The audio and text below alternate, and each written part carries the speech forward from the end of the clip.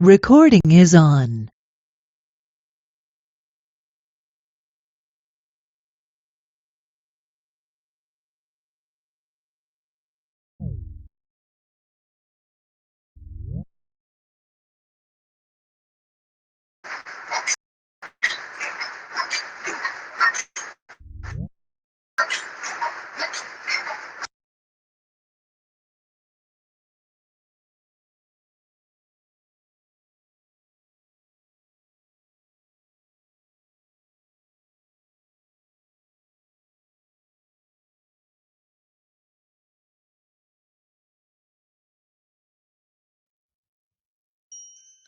ನಮಸ್ತೆ ಆನಂದ್ ಹಾಗೂ ನಮಸ್ತೆ ಎಲಿಯಾಜರ್ ಅಣ್ಣ.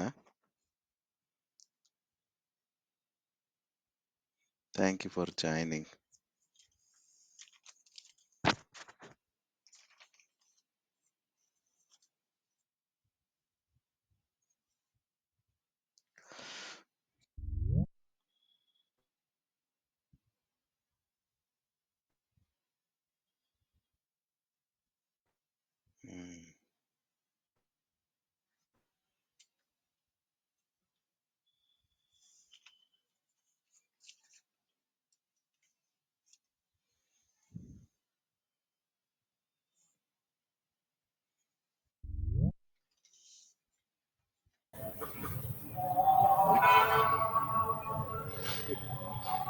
Ramesh brother, good evening. Praise the Lord.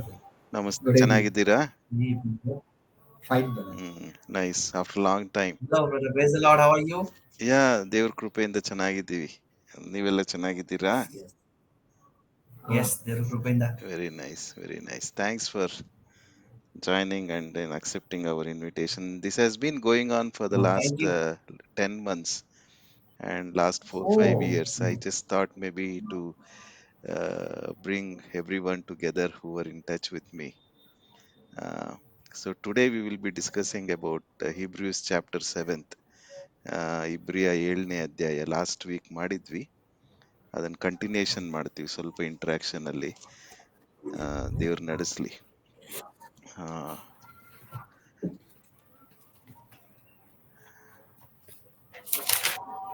ನಮಸ್ತೆ ಅಮ್ಮ, ಶುಭಮ್ಮ. ನಮಸ್ತೆ ಅಂಕಲ್. ನಮಸ್ತೆ ಅಮ್ಮ. ನಮಸ್ತೆ ಚಾರ್ಲು.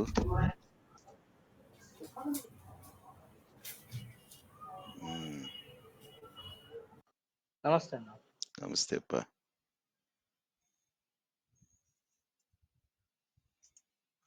ಓಕೆ, 7:31 ಆಯ್ತು. ಆರಂಭದ ಪ್ರಾರ್ಥನೆಯನ್ನ ನಾವು ಮಾಡ್ಕೊಳ್ಳೋಣ. ಹಾಗಾಗಿ ಚಾರ್ಲು, ಆರಂಭದ ಪ್ರಾರ್ಥನೆಯನ್ನು ಮಾಡ್ಲಿಕ್ಕೆ ಸಾಧ್ಯವೇ ಅಥವಾ ಆಫೀಸಲ್ಲಿ ಇದ್ದೀರಾ? ಆಫೀಸಲ್ಲಿ. ಓಕೆ. ನಮಸ್ತೆ ಶಂಕರಣ್ಣ.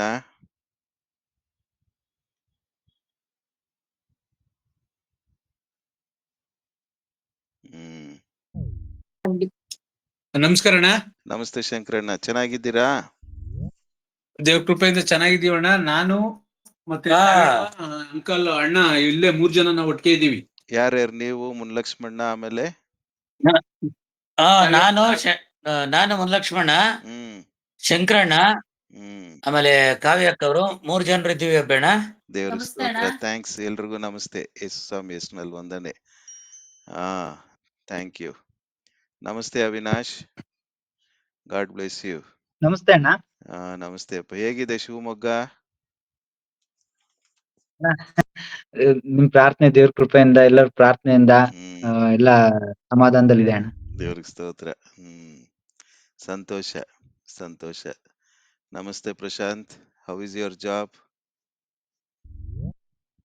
ಇಂಟರ್ನ್ಶಿಪ್. ನಮಸ್ತೆ ಅಂಕಲ್. ನಮಸ್ತೆ. ಇಂಟರ್ನ್ಶಿಪ್ ಹೆಂಗ್ ನಡೀತಾ ಇದೆಯಪ್ಪ? ಸಂತೋಷ. ಓಕೆ, 2 ನಿಮಿಷ ಆಯ್ತು, ಇನ್ನು ಅನೇಕರು ಸೇರ್ಕೊಳ್ಬಹುದು. ನೋಡೋಣ, ದೇವ್ರ ಚಿತ್ತ. ದೇವ್ರು ನಡೆಸ್ಲಿ.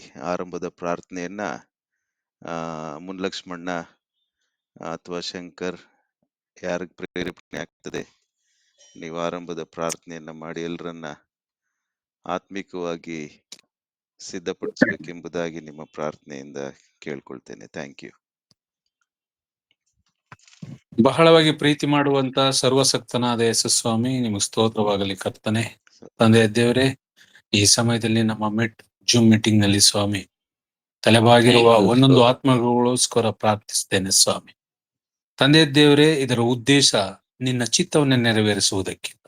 ಪರಲೋಕದಲ್ಲಿರುವ ತಂದೆಯಾದ ದೇವರನ್ನ ನಾವು ಸಂಪರ್ಕಿಸುವವರೆಗೂ ವಾಕ್ಯದ ಮುಖಾಂತರ, ಈ ಪ್ರಾರ್ಥನೆ ಮುಖಾಂತರ, ಪವಿತ್ರಾತ್ಮನ ಜೊತೆಯಲ್ಲಿ ನಾವು ಮಾಡಬೇಕಾದ ಕೆಲಸವನ್ನು ನೆರವೇರಿಸುವುದಕ್ಕೋಸ್ಕರ ನಾವೆಲ್ಲರೂ ಸೇರಿ ಬಂದಿದ್ದೇವೆ. ನಮ್ಮನ್ನು ಆಶೀರ್ವದಿಸ್ರಿ, ಬಲಪಡಿಸ್ರಿ. ಆರಂಭದಿಂದ ಅಂತ್ಯದವರೆಗೂ ನಿನ್ನ ವಾಕ್ಯಗಳನ್ನ, ನಿನ್ನ ಸ್ವರಗಳನ್ನು ಕೇಳಿಸಿಕೊಳ್ಳಕ್ಕಾಗುವಂತೆ ನೀವೇ ಕೃಪೆ ಕೊಟ್ಟು ನಮ್ಮನ್ನು ಆಶೀರ್ವದಿಸಬೇಕೆಂದು ಯೇಸು ಸ್ವಾಮಿ ದೇವರೇ, ಈ ಪ್ರಾರ್ಥನೆ ವಿಜ್ಞಾಪನೆ ನಿಮ್ಮ ಹೆಸರಿನಲ್ಲಿ ಬೇಡಿ ಬಂದಿದ್ದೇನೆ ತಂದೆ. ಆಮೇನ್. ಆಮೇನ್. ದೇವರ ನಾಮಕ್ಕೆ ಸ್ತೋತ್ರವಾಗ್ಲಿ. Thank you very much. ನೀವೆಲ್ಲರೂ ಪ್ರೀತಿಯಿಂದ ಈ ಒಂದು ಬೈಬಲ್ ಸ್ಟಡಿಗೆ ಸೇರ್ಕೊಂಡದ್ದಕ್ಕಾಗಿ ಯೇಸು ಕ್ರಿಸ್ತನ ಹೆಸರಿನಲ್ಲಿ ನಾನು ವಂದನೆಯನ್ನು ಸಲ್ಲಿಸುವವನಾಗಿದ್ದೇನೆ. ಅನೇಕರು ಪ್ರಯಾಣಗಳಲ್ಲಿದ್ದಾರೆ, ಅನೇಕರು ಶಿಫ್ಟ್ಸ್ ಕೆಲಸದಲ್ಲಿದ್ದಾರೆ, ಕೆಲವರು ಊರುಗಳಿಗೆ ಹೋಗಿದ್ದಾರೆ. ದೇವರವರೆಲ್ಲರನ್ನ ಆಶೀರ್ವದಿಸ್ಲಿ, ಬಲಪಡಿಸ್ಲಿ.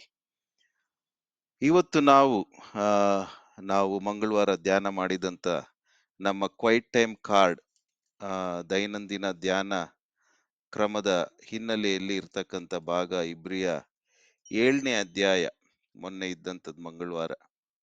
ಅದನ್ನ ನಾವು ಆಧಾರವಾಗಿ ಇಟ್ಟುಕೊಂಡು ಅದರಿಂದ ಕೆಲವೊಂದು ಅನ್ವಯಗಳನ್ನ ಸಂವಾದಾತ್ಮಕವಾಗಿ ನಾವು ಆಲೋಚಿಸಿದಾಗ ಬಂದಂತ ಪ್ರಾಮುಖ್ಯವಾದಂತ ಕೆಲವು ವಿಷಯಗಳಲ್ಲಿ ಅದನ್ನ ತೆಗೆದುಕೊಂಡಂಥದ್ದು ಅಬ್ರಹಾಮನು ಮೆಲ್ಕಿಚೆದೇಕನಿಗೆ ದಶಮಾಂಶವನ್ನ ಕೊಟ್ಟಂಥದ್ದು.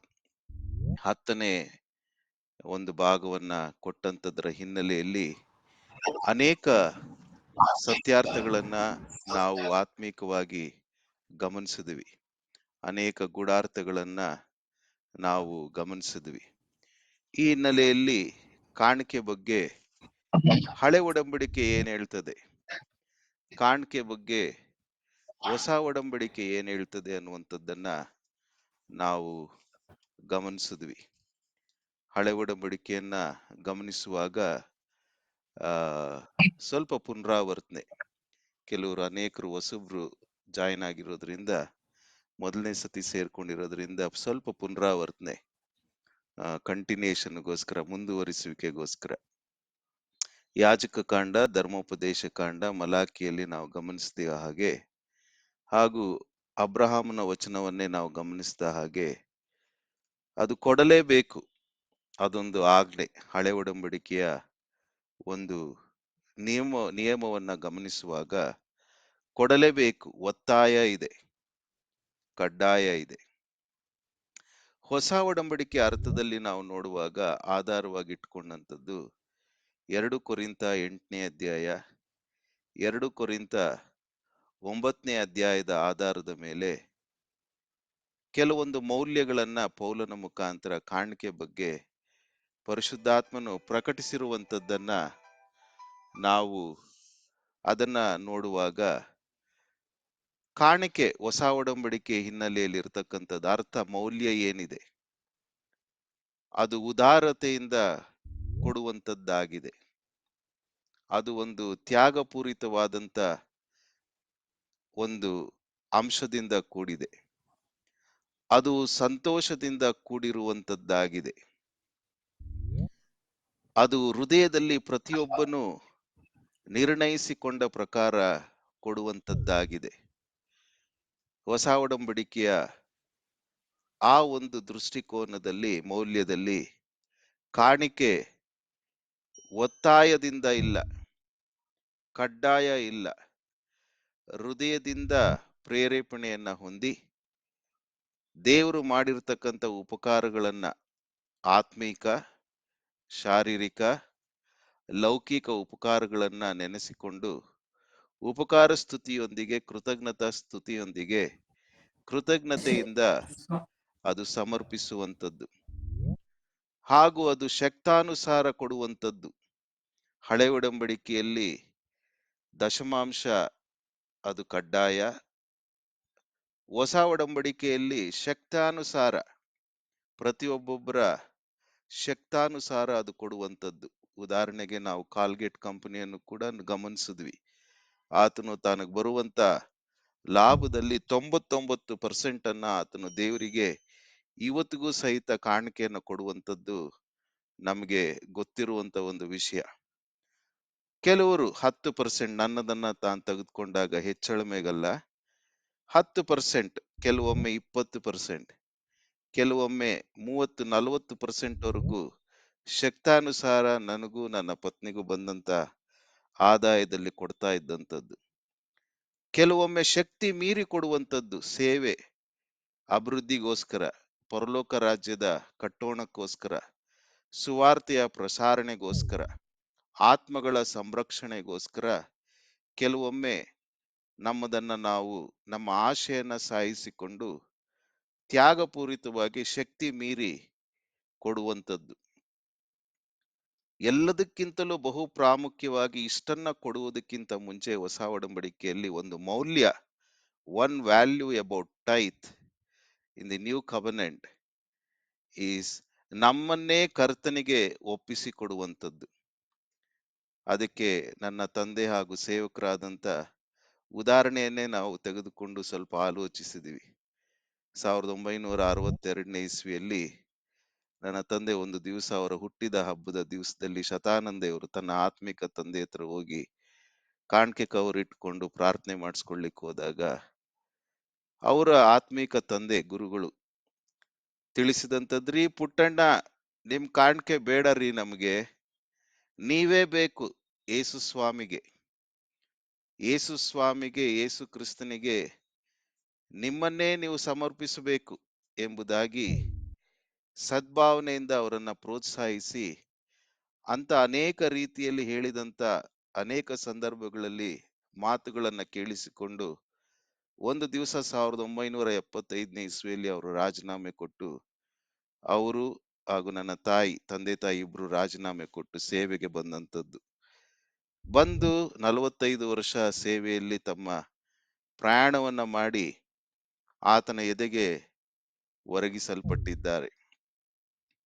ಹಾಗೂ ಅದೇ ಹಿನ್ನೆಲೆಯಲ್ಲಿ ನೋಡುವಾಗ ವಿವಿಧ ಕಾಣಿಕೆಗಳನ್ನ ನಾವು ಗಮನಿಸಿದ್ವಿ.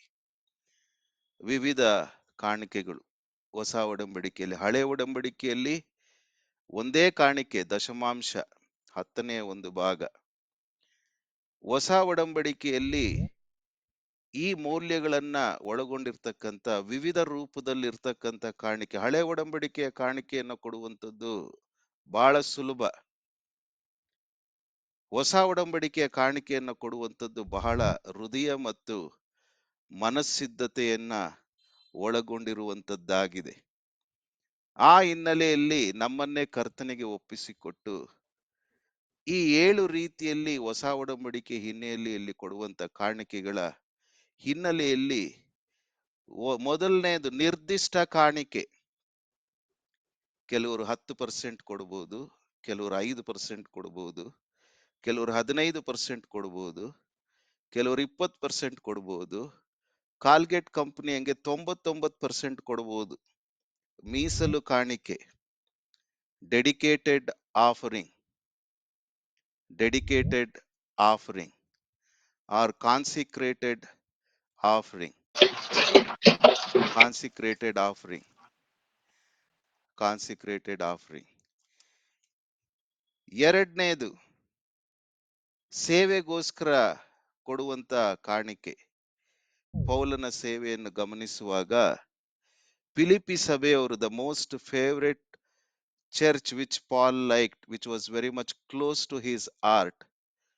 ಪೌಲನ ಹೃದಯಕ್ಕೆ ಬಹಳ ಹೇಗೆ ಶಿಷ್ಯನಾದಂತ ಯೋಹಾನನು ಯೇಸು ಕ್ರಿಸ್ತನಿಗೆ ಅತಿ ಪ್ರಿಯನಾದಂತ ಶಿಷ್ಯನಾಗಿದ್ದನೋ ಹಾಗೆ ಪೌಲನ ಹೃದಯದಲ್ಲಿ ಫಿಲಿಪಿ ಸಭೆ, ತಾನು ಮೊದಲು ಸ್ಥಾಪಿಸಿದಂತ ಸಭೆ, ಬಹಳ ಆತನ ಹೃದಯದಲ್ಲಿ ಹತ್ತಿರವಾದಂತ ಸಭೆ. ಬಹಳಷ್ಟು ಆತನನ್ನ ಸೇವೆಯಲ್ಲಿ ಪ್ರೋತ್ಸಾಹಿಸಿತು. ಆತನು ಮಾಡುವಂತ ಮೊದಲನೇ ಪ್ರಯಾಣ, ಅದು ಬಿಟ್ಟು 2ನೇ ಪ್ರಯಾಣ, 3ನೇ ಪ್ರಯಾಣ, 4ನೇ ಪ್ರಯಾಣ, ಒಟ್ಟು 5 ಪ್ರಯಾಣಗಳನ್ನ ಆತನು ಮಾಡಿದ್ದಾನೆ. ಅದರಲ್ಲಿ 3 ವಾಕ್ಯದಲ್ಲಿ ನಾವು ಗಮನಿಸಬಹುದು. ಫಿಲಿಪಿ ಸಭೆಯವರು ಬಹಳಷ್ಟು ಸೇವೆಗೆ ಆತನನ್ನ ಪ್ರೋತ್ಸಾಹಿಸಿದರು.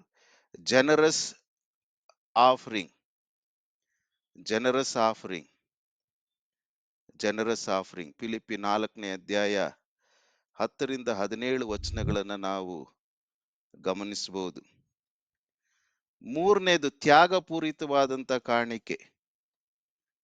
ಅದರಲ್ಲಿ ನಾವು ಗಮನಿಸುವಾಗ ನನ್ನ ತಂದೆ ತಾಯಿಯ ಸೇವೆಯಲ್ಲಿ ಅದನ್ನ ಮುಂದಿಟ್ಕೊಂಡು ನೋಡುವಾಗ ಕೊಂಡಪ್ಪ ಲೇಔಟ್ ವೆಂಕಟಮ್ಮಜ್ಜಿ ಕೊಟ್ಟಂತದ್ದು ತ್ಯಾಗಪೂರಿತವಾದಂತ ಕಾಣಿಕೆ. ತನಗಿದ್ದಂತ ಒಂದು ಸೈಟ್ ಅನ್ನೇ ಕೊಟ್ರು. ಸಾದಹಳ್ಳಿಯಲ್ಲಿ ಇದ್ದಂತ ಮುನ್ಕೃಷ್ಣಣ್ಣ ತನಗಿದ್ದದ್ದೇ 1 ಎಕರೆಗೆ 40 ಕುಂಟೆ, ಆತನಿಗಿದ್ದಿದ್ದೇ 39 ಕುಂಟೆ, ಅದರಲ್ಲಿ 4.25 ಕುಂಟೆ ಸೇವೆಗೆ. ಕೂಡ್ಲಿಗೆ ಹೆಸರು ಹೇಳೋದಿಲ್ಲ. ತ್ಯಾಗಪೂರಿತವಾದಂತ ಕಾಣಿಕೆ. 4ನೇದು ಉಪಕಾರ ಸ್ತುತಿ, ಥ್ಯಾಂಕ್ಸ್ ಗಿವಿಂಗ್ ಆಫರಿಂಗ್. 3ನೇದು sacrificial offering, first one dedicated or consecrated offering. 2ನೇದು ಜನರಸ್ ಆಫರಿಂಗ್. 3ನೇದು ಸ್ಯಾಕ್ರಿಫಿಷಿಯಲ್ ಆಫರಿಂಗ್, ಲೂಕ 8ನೇ ಅಧ್ಯಾಯ 3ನೇ ವಚನ. 4ನೇದು ಥ್ಯಾಂಕ್ಸ್ ಗಿವಿಂಗ್ ಆಫರಿಂಗ್, ಉಪಕಾರ ಸ್ತುತಿ. 5ನೇದು ಕೃತಜ್ಞತಾ ಸ್ತುತಿ, ಗ್ರಾಟಿಟ್ಯೂಡ್ ಆಫರಿಂಗ್. 6ನೇದು ಪರೋಪಕಾರದ ಕಾಣಿಕೆ, ಆಕ್ಟ್ಸ್ ಆಫ್ ಕೈಂಡ್ನೆಸ್, ವಿಧವೆಯರಿಗೆ, ಕೆಲವೊಮ್ಮೆ ಅನಾಥರಿಗೆ, ಕೆಲವೊಮ್ಮೆ ನಿರಾಶ್ರಿತರಿಗೆ, ಹಸುವೆಯಿಂದ ಇರ್ತಕ್ಕಂಥವರಿಗೆ ಪರೋಪಕಾರ, ಆಕ್ಟ್ಸ್ ಆಫ್ ಕೈಂಡ್ನೆಸ್. ಇಬ್ರಿಯ 13ನೇ ಅಧ್ಯಾಯ 16ನೇ ವಚನ. ಹಾಗೂ ಔದಾರ್ಯದ ಕಾಣಿಕೆ, ಧರ್ಮ ಕಾರ್ಯಗಳಿಗೋಸ್ಕರ ಮಾಡುವಂಥದ್ದು. ಯೆರೂಸಲೇಮು ಬಹಳಷ್ಟು ಇಕ್ಕಟ್ಟಿನಲ್ಲಿರುವಾಗ ಪೌಲನು ಆತನು ಮೆಕೆದೋನ್ಯ ಹಾಗೂ ಕೊರಿಂಥ ಪಟ್ಟಣದಲ್ಲಿ ಇರ್ತಕ್ಕಂಥವರಿಗೆ ಪ್ರೀತಿಯಿಂದ ಕೋರಿಕೊಂಡು ಆ ಧರ್ಮ ಕಾರ್ಯಕ್ಕೋಸ್ಕರ ಹಣವನ್ನ ಸಂಗ್ರಹಿಸ್ತಾನೆ. ಔದಾರ್ಯ, ರಿಲಿಜಿಯಸ್ ಆಫರಿಂಗ್, ಇಷ್ಟು ಕಾಣಿಕೆಗಳನ್ನ ನೋಡಿದ್ವಿ. ಈ ಹಿನ್ನೆಲೆಯಲ್ಲಿ ಕೆಲವೊಂದು ವಚನಗಳನ್ನ ಕೊಟ್ಟೆ. ನಿಮ್ಮೆಲ್ಲರ ಒಂದು ಕೌಟುಂಬಿಕ ಸಮಯದಲ್ಲಿ ಕುಟುಂಬ ಪ್ರಾರ್ಥನೆಯಲ್ಲಿರುವಾಗ ಕೆಲವೊಂದು ವಚನಗಳನ್ನ ನೀವು ಅದನ್ನ ಡಿಸ್ಕಸ್ ಮಾಡಿ ಒಂದು ನಿಲುವುಗಳಿಗೆ ಬನ್ನಿ ಎಂಬುದಾಗಿ ಕೊಟ್ಟೆ. ಆ ಹಿನ್ನೆಲೆಯಲ್ಲಿ ಇವತ್ತು ಮುಂದುವರಿಯುವಂಥದ್ದು, ಇವತ್ತು ಡಿಸ್ಕಷನ್ ಆಗಲ್ಲ, ಬಹಳಷ್ಟು ಜನರು ಸೇರಿರೋದ್ರಿಂದ ನಾನೇ ಅದನ್ನ ಮುಂದುವರಿಸ್ಕೊಂಡು ಇನ್ನಷ್ಟು ಮೌಲ್ಯಗಳನ್ನ ನಿಮ್ಮ ಮುಂದೆ ಬಿಚ್ಚಿಡ್ಲಿಕ್ಕೆ ಪ್ರಯತ್ನಿಸ್ತೇನೆ.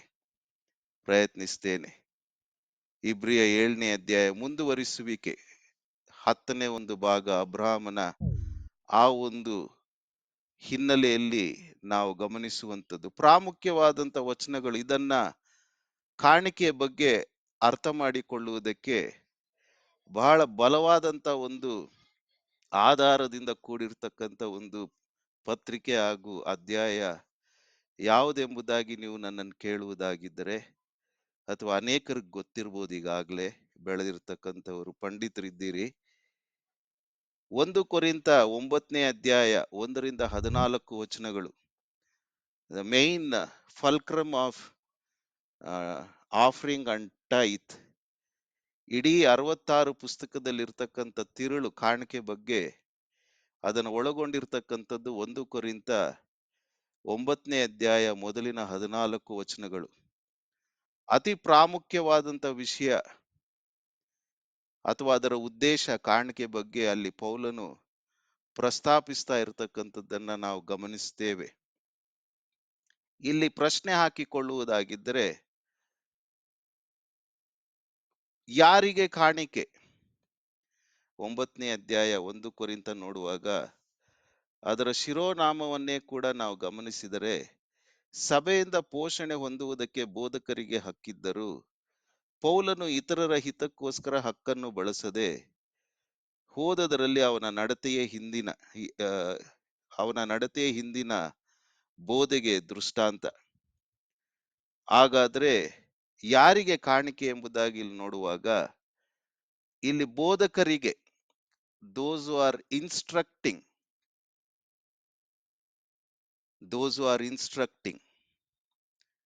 ಟೀಚರ್ಸ್ ಅನ್ನುವಾಗ ಶಿಕ್ಷಕರು, ಬೋಧಕರು ಅನ್ನುವಾಗ ಇನ್ಸ್ಟ್ರಕ್ಟರ್ಸ್. ಹಾಗಾದ್ರೆ ಈ ಪ್ರಶ್ನೆಗೆ ಉತ್ತರ ಏನೆಂಬುದಾಗಿ ನಾವು ಯೋಚಿಸುವುದಾದ್ರೆ, ಯಾರಿಗೆ ಕಾಣಿಕೆ? ಬೋಧಕರನ್ನ ಪೋಷಿಸಬೇಕು.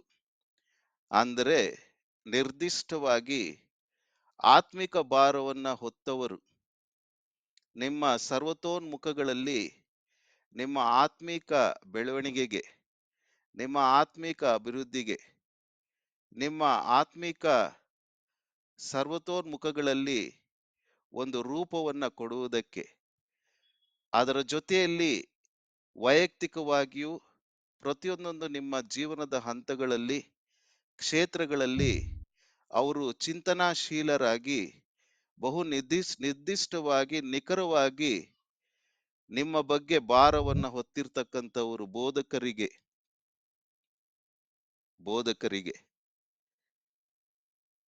ಬೋಧಕರಿಗೆ ಇಲ್ಲಿ ಅದನ್ನ ಆತನು ಪ್ರಸ್ತಾಪಿಸ್ತಾ ಇರ್ತಕ್ಕಂಥದ್ದನ್ನ ನೋಡ್ತೇವೆ.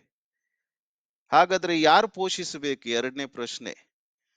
ಅಂದ್ರೆ ಇಂಥ ರೀತಿಯಲ್ಲಿ ಇಂಥ ಒಂದು ಬೋಧನೆಗಳನ್ನ ಸ್ವೀಕರಿಸ್ತಾ ಇರ್ತಕ್ಕಂಥವ್ರು, ಅವರು ಒಬ್ಬ ವ್ಯಕ್ತಿಯಾಗಿದ್ದಿರಬಹುದು, ಅಥವಾ ಒಂದು ಚಿಕ್ಕ ಮಂಡಳಿ ಆಗಿರಬಹುದು, ಅಥವಾ ಒಂದು ಅನ್ಯೋನ್ಯತೆ ಆಗಿರಬಹುದು, ಅಥವಾ ಒಂದು ಸಭೆ ಆಗಿರಬಹುದು, ಅಥವಾ ಒಂದು ವಿಶೇಷ ಕೂಟಗಳಿಗೆ ಆಹ್ವಾನಿಸಿಕೊಂಡು ಅದರ ಮುಖಾಂತರವಾಗಿ ಒಂದು ನಿರ್ದಿಷ್ಟವಾಗಿ ಆ ಸಮಯ ಆ ಅವಧಿಗೆ ತಕ್ಕಂತೆ ಆತ್ಮೀಕವಾದಂತ ಲಾಭವನ್ನ, ಪ್ರಯೋಜನವನ್ನ ಹೊಂದಿಕೊಂಡಂತವರು, ಸ್ವೀಕರಿಸಿಕೊಂಡಂತವರು ಅಂತ ಬೋಧಕರನ್ನ ಪೋಷಿಸಬೇಕು.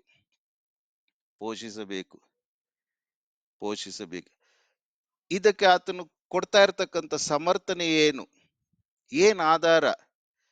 ಯಾವ ಆಧಾರದಿಂದ, ಯಾವ ಪ್ರಕಟಣೆಯಿಂದ ಈ ಮೌಲ್ಯವನ್ನ ಆತನು ಅಲ್ಲಿ ಕೊರಿಂಥ ಸಭೆಯವರಿಗೆ ತಿಳಿಸ್ತಾ ಇದ್ದಾನೆ ಎಂಬುದಾಗಿ ಮತ್ತೊಮ್ಮೆ ಮರು ಪ್ರಶ್ನೆಯನ್ನ ಹಾಕಿಕೊಳ್ಳುವುದಾದ್ರೆ, ವಚನಗಳು ಒಂದು ನಾಣ್ಯಕ್ಕೆ ಎರಡು ಮುಖಗಳು ಇರುವ ಹಾಗೆ,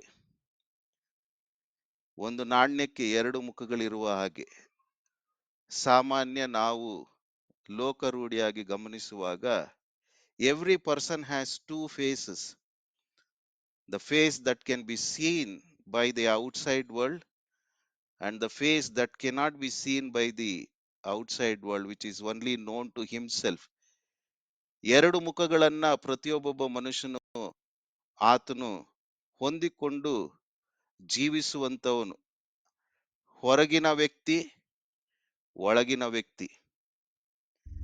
ಹಾಗೆ ಒಂದು ನಾಣ್ಯಕ್ಕೆ ಎರಡು ಮುಖಗಳಿರುವ ಹಾಗೆ ಪೌಲನು ಈ ಮೌಲ್ಯವನ್ನ ಸಮರ್ಥಿಸುವುದಕ್ಕೆ, ಯಾಕೆ ನಾನು ಇಷ್ಟೊಂದು ಪೀಠಿಕೆಯ ಮುನ್ನುಡಿ, ಕೆಲವೊಂದು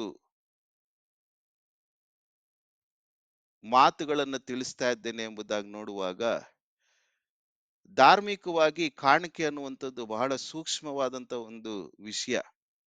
ಅನೇಕರ ಮನಸ್ಸುಗಳನ್ನ ಅದು ಅಲ್ಲಕಲ್ಲೋಲ ಮಾಡುವಂತ ಒಂದು ವಿಷಯ, ಅನೇಕ ಸಂಬಂಧಗಳನ್ನ ಕೆಡಿಸುವಂತ ಒಂದು ವಿಷಯ, ಅನೇಕ ಸಂಬಂಧಗಳಲ್ಲಿ ಸಮಾಧಾನವನ್ನ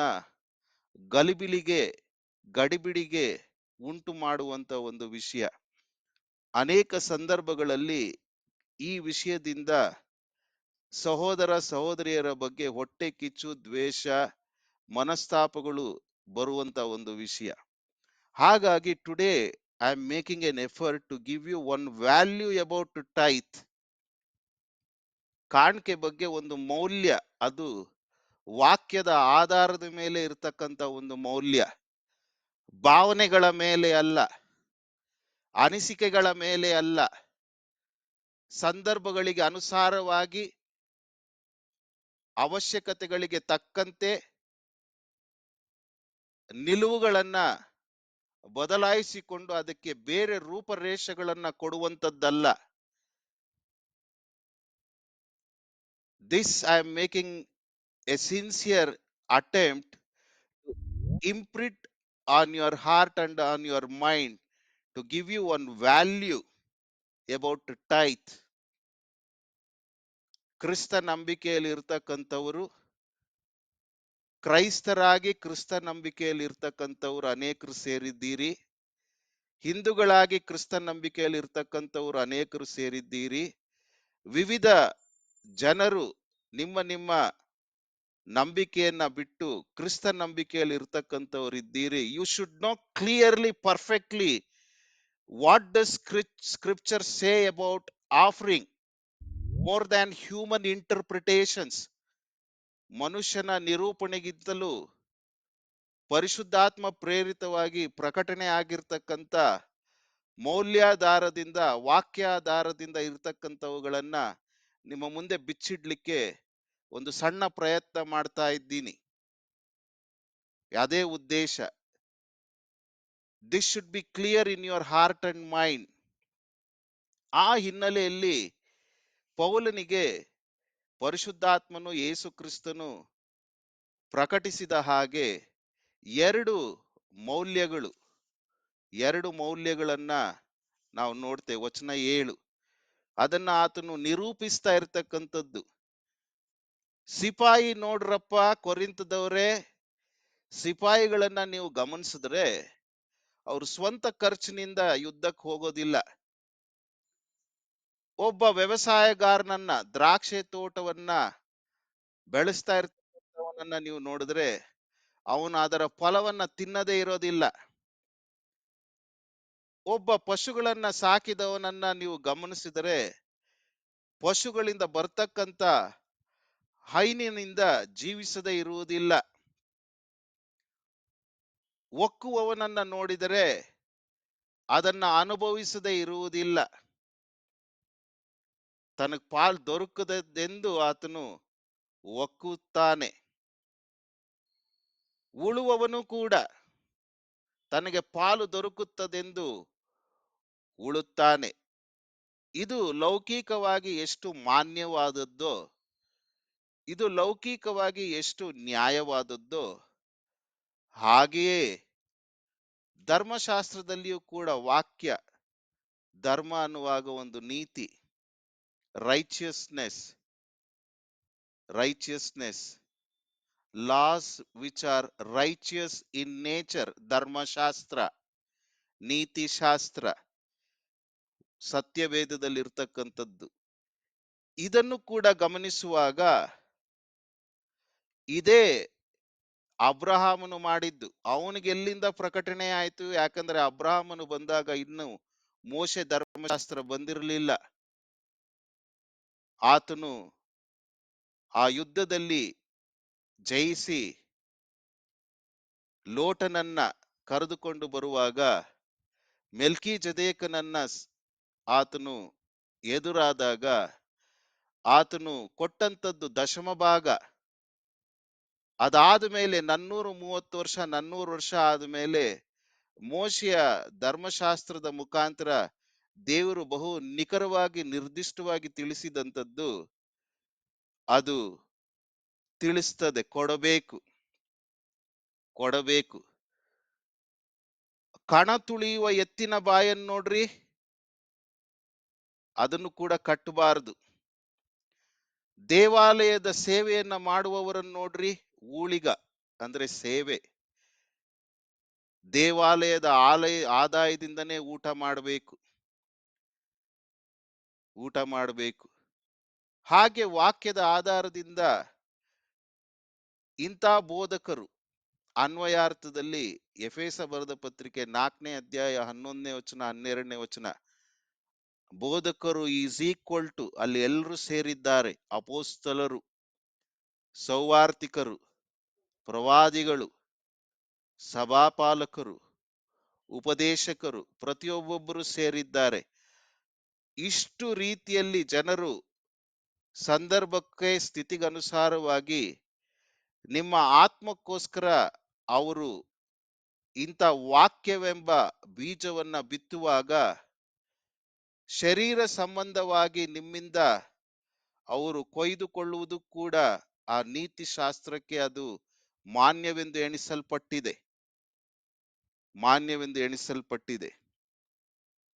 ಎಣಿಸಲ್ಪಟ್ಟಿದೆ.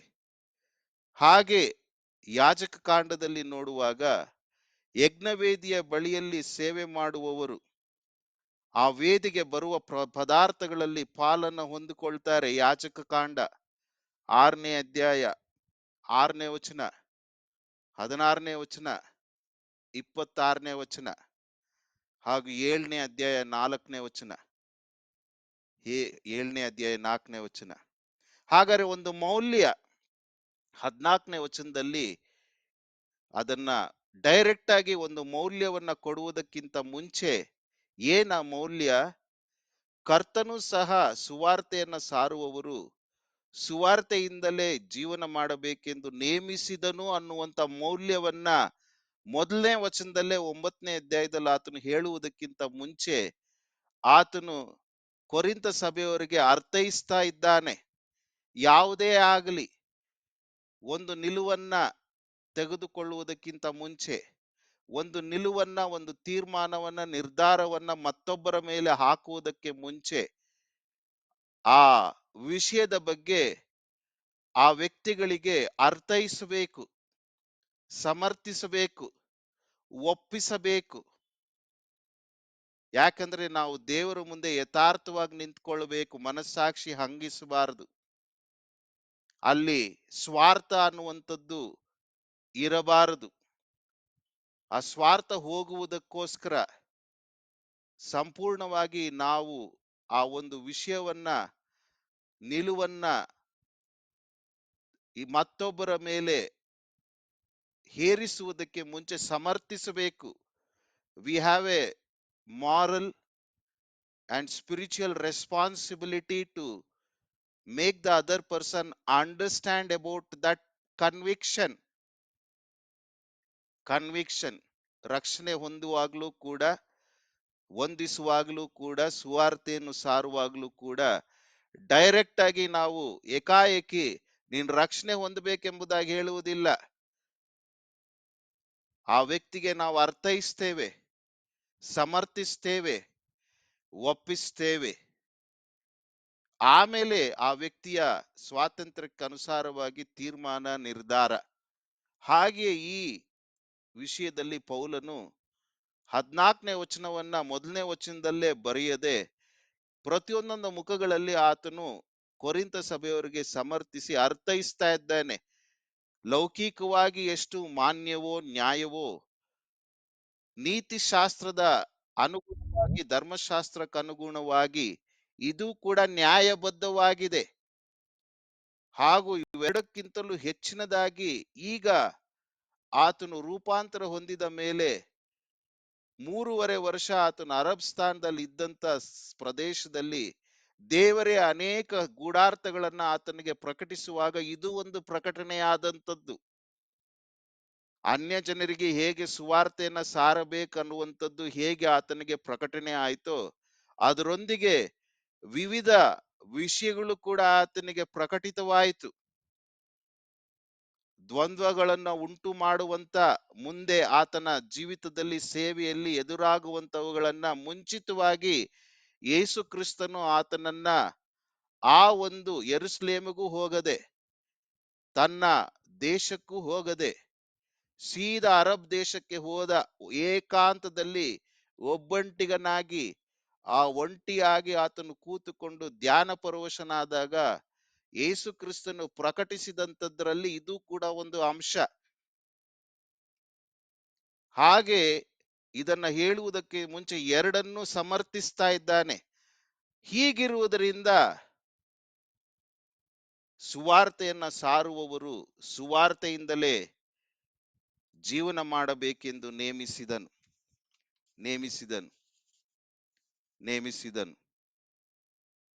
ಈಗ ಪ್ರಶ್ನೆ,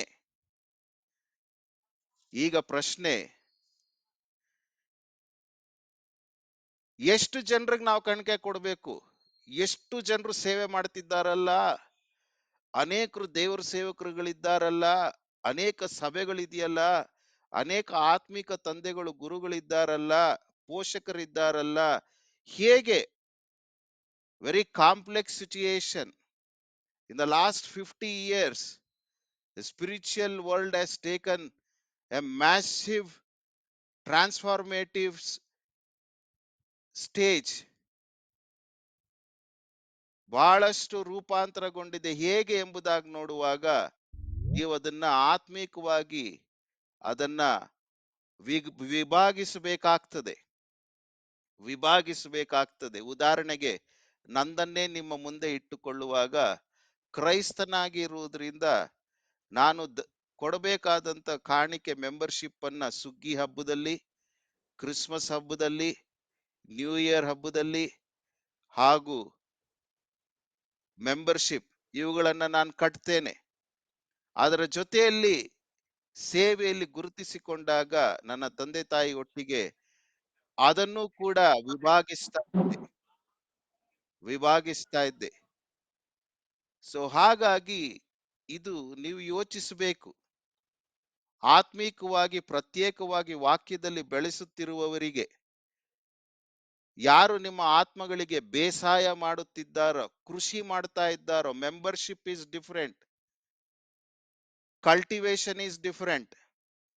ಬಹಳ ಕ್ಲಿಯರ್ ಅಂಡರ್ಸ್ಟ್ಯಾಂಡಿಂಗ್ ಬೇಕ್ರಿ. ಮೌಢ್ಯ ಭಾವದಲ್ಲಿ ನಾವು ಶಿಷ್ಯತ್ವದಲ್ಲಿ ಬೆಳಿಲಿಕ್ಕೆ ಸಾಧ್ಯತೆ ಇಲ್ಲ. Membership is different whether religious church or believers church. Believers church ನಲ್ಲಿ ಮೆಂಬರ್ಶಿಪ್ಸ್ ಇದೆ, ಕೆಲವು ಬಿಲಿವರ್ಸ್ ಚರ್ಚ್ ನಲ್ಲಿ ಮೆಂಬರ್ಶಿಪ್ ಇಲ್ಲ. ಉದಾಹರಣೆಗೆ ಬೇರೆ ಬೇರೆ ಸಭೆಗಳು ಹೆಸರೇಳಲಿಕ್ಕೆ ಇಷ್ಟ ಇಲ್ಲ, ತಪ್ಪಾಗ್ತದೆ. Membership is different. ಬಟ್ ನಿಮ್ಮ ಆತ್ಮಕ್ಕೋಸ್ಕರ ಕೃಷಿ ಮಾಡುವಂತದ್ದು ಬೇರೆ. ಯಾರು ನಿಮ್ಮ ಆತ್ಮಗಳಿಗೆ ಕೃಷಿ ಬೇಸಾಯ ವ್ಯವಸಾಯ ಮಾಡ್ತಾರೋ, cultivation and counselling, this is included in discipleship. ಇದು ನಿಮ್ಮ ಗಮನದಲ್ಲಿ ಇಟ್ಕೊಳ್ಬೇಕು. ಕಾಣಿಕೆಗಳನ್ನ ಕೊಡಲೇಬೇಕು, ಮೌಲ್ಯ ಇದೆ, ಕೊಡಲೇಬೇಕು. ಅದಕ್ಕೆ ಪೌಲನ ಸಮರ್ಥನೆಯನ್ನ ಈಗಾಗಲೇ ಕೇಳಿಸ್ಕೊಂಡಿದ್ದೇವೆ, ಕೊಡಲೇಬೇಕು. ಬಟ್ ಎಷ್ಟು, ಯಾರಿಗೆ, ಹೇಗೆ, ಎಲ್ಲಿ ಅನ್ನುವಂಥದ್ದನ್ನ ಪ್ರಾರ್ಥನೆಯೊಂದಿಗೆ ನೀವು ಕೇಳಬೇಕು. ಮೌಲ್ಯ ಕೊಡ್ತಾ ಇದ್ದೇನೆ, ನನ್ನದನ್ನೇ ಉದಾಹರಣೆಯಾಗಿಟ್ಟುಕೊಂಡು ಒಂದು ಮೌಲ್ಯ. ನನಗೆ ಬರುವಂತ ಸಂಬಳದಲ್ಲಿ ನನಗೂ ನನ್ನ ಪತ್ನಿಗೂ ಒಂದು ಮೌಲ್ಯ. ಈಗ ನನ್ನ ಮಗನು ನನಗೆ 10% ಕಳಿಸ್ತಾನೆ. ಆ ರೀತಿ ಕುಟುಂಬ ಪ್ರಾರ್ಥನೆಯಲ್ಲಿ ಆತನಿಗೆ ಅಸ್ಥಿವಾರವನ್ನ ಹಾಕಿದೆವು, ನನ್ನ ಮಗಳಿಗೂ ಹಾಕಿದ್ದೇವೆ. ಸಭೆಗೂ ಕೊಡಬೇಕು, ಸೇವೆಗೂ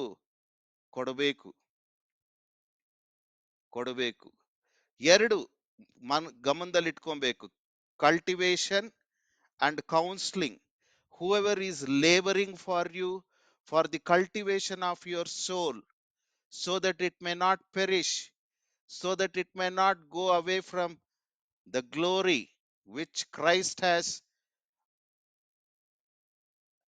ordained for each one of us. Counselling, ದಾರಿ ತಪ್ಪಿ ಹೋಗದ ಹಾಗೆ ಇವೆರಡು ಗಮನದಲ್ಲಿ ಇಟ್ಕೊಳ್ಬೇಕು. ಹಾಗಾದ್ರೆ ಮನುಷ್ಯರಾಗಿ ಬರ್ತಕ್ಕಂಥದ್ದು ಪ್ರಶ್ನೆ, ಕಾಣಿಕೆಗಳು ಸ್ವೀಕರಿಸುವವನಿಗೆ ಹೆಚ್ಚು ಬಂದಾಗ ಏನ್ ಮಾಡ್ಬೇಕು? ಎಲ್ರು ಇಷ್ಟೊಂದು ಕಾಣಿಕೆ ಕೊಟ್ಬಿಟ್ರೆ ಏನ್ ಕತೆ? ಇಷ್ಟೊಂದು ಕಾಣಿಕೆ ಬೇಕಾ? ಪ್ರಶ್ನೆ ಬರುವುದು ಸಹಜ. ಮೌಲ್ಯ, ಮೂರನೇ ಮೌಲ್ಯ, ಪೋಷಿಸುವಂತವರು ತಮ್ಮ ಕುಟುಂಬಕ್ಕೆ ಜೀವನ ಮಾಡುವುದಕ್ಕೆ ಎಷ್ಟು ಬೇಕೋ ಅಷ್ಟನ್ನೇ ಉಪಯೋಗಿಸಿಕೊಂಡು ಉಳಿದದ್ದನ್ನು ಆ ಕುರಿಗಳ ಅಭಿವೃದ್ಧಿಗೋಸ್ಕರ, ಆತ್ಮಿಕ ಅಭಿವೃದ್ಧಿಗೋಸ್ಕರ, ಲೌಕಿಕವಾಗಿ ಅವರಿಗೊಂದು ಸೇರುವುದಕ್ಕೆ, ಪ್ರಾರ್ಥನೆಗೆ ಸೇರುವುದಕ್ಕೋಸ್ಕರ ಒಂದು ಕಟ್ಟಡ ಇರಬಹುದು, ಒಂದು ಸಣ್ಣ ಪ್ರವೇಶ ಇರಬಹುದು, ವಿವಿಧ ರೀತಿಯಲ್ಲಿ ಅದಕ್ಕೆ ವೆಚ್ಚ ಮಾಡಬೇಕು. ತಮಗೆಷ್ಟು ಬೇಕೋ ಅಷ್ಟನ್ನು ಇಟ್ಟುಕೊಂಡು ಮಿಕ್ಕದ್ದನ್ನ ಅದಕ್ಕೆ ವೆಚ್ಚ ಮಾಡಬೇಕು. ಇದು ಮಾಡ್ತಾರೋ ಬಿಡ್ತಾರೋ ಅದು ಅವರಿಗೂ ದೇವರಿಗಿರ್ತಕ್ಕಂಥ ಒಂದು ಹೊಣೆಗಾರಿಕೆ, ಸಂಬಂಧ.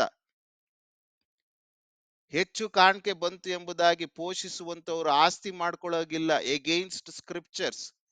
ಸೇವಿಂಗ್ಸ್ ಮಾಡ್ಕೊಳ್ಳಂಗಿಲ್ಲ, ಎಗೇನ್ಸ್ಟ್ ಸ್ಕ್ರಿಪ್ಚರ್.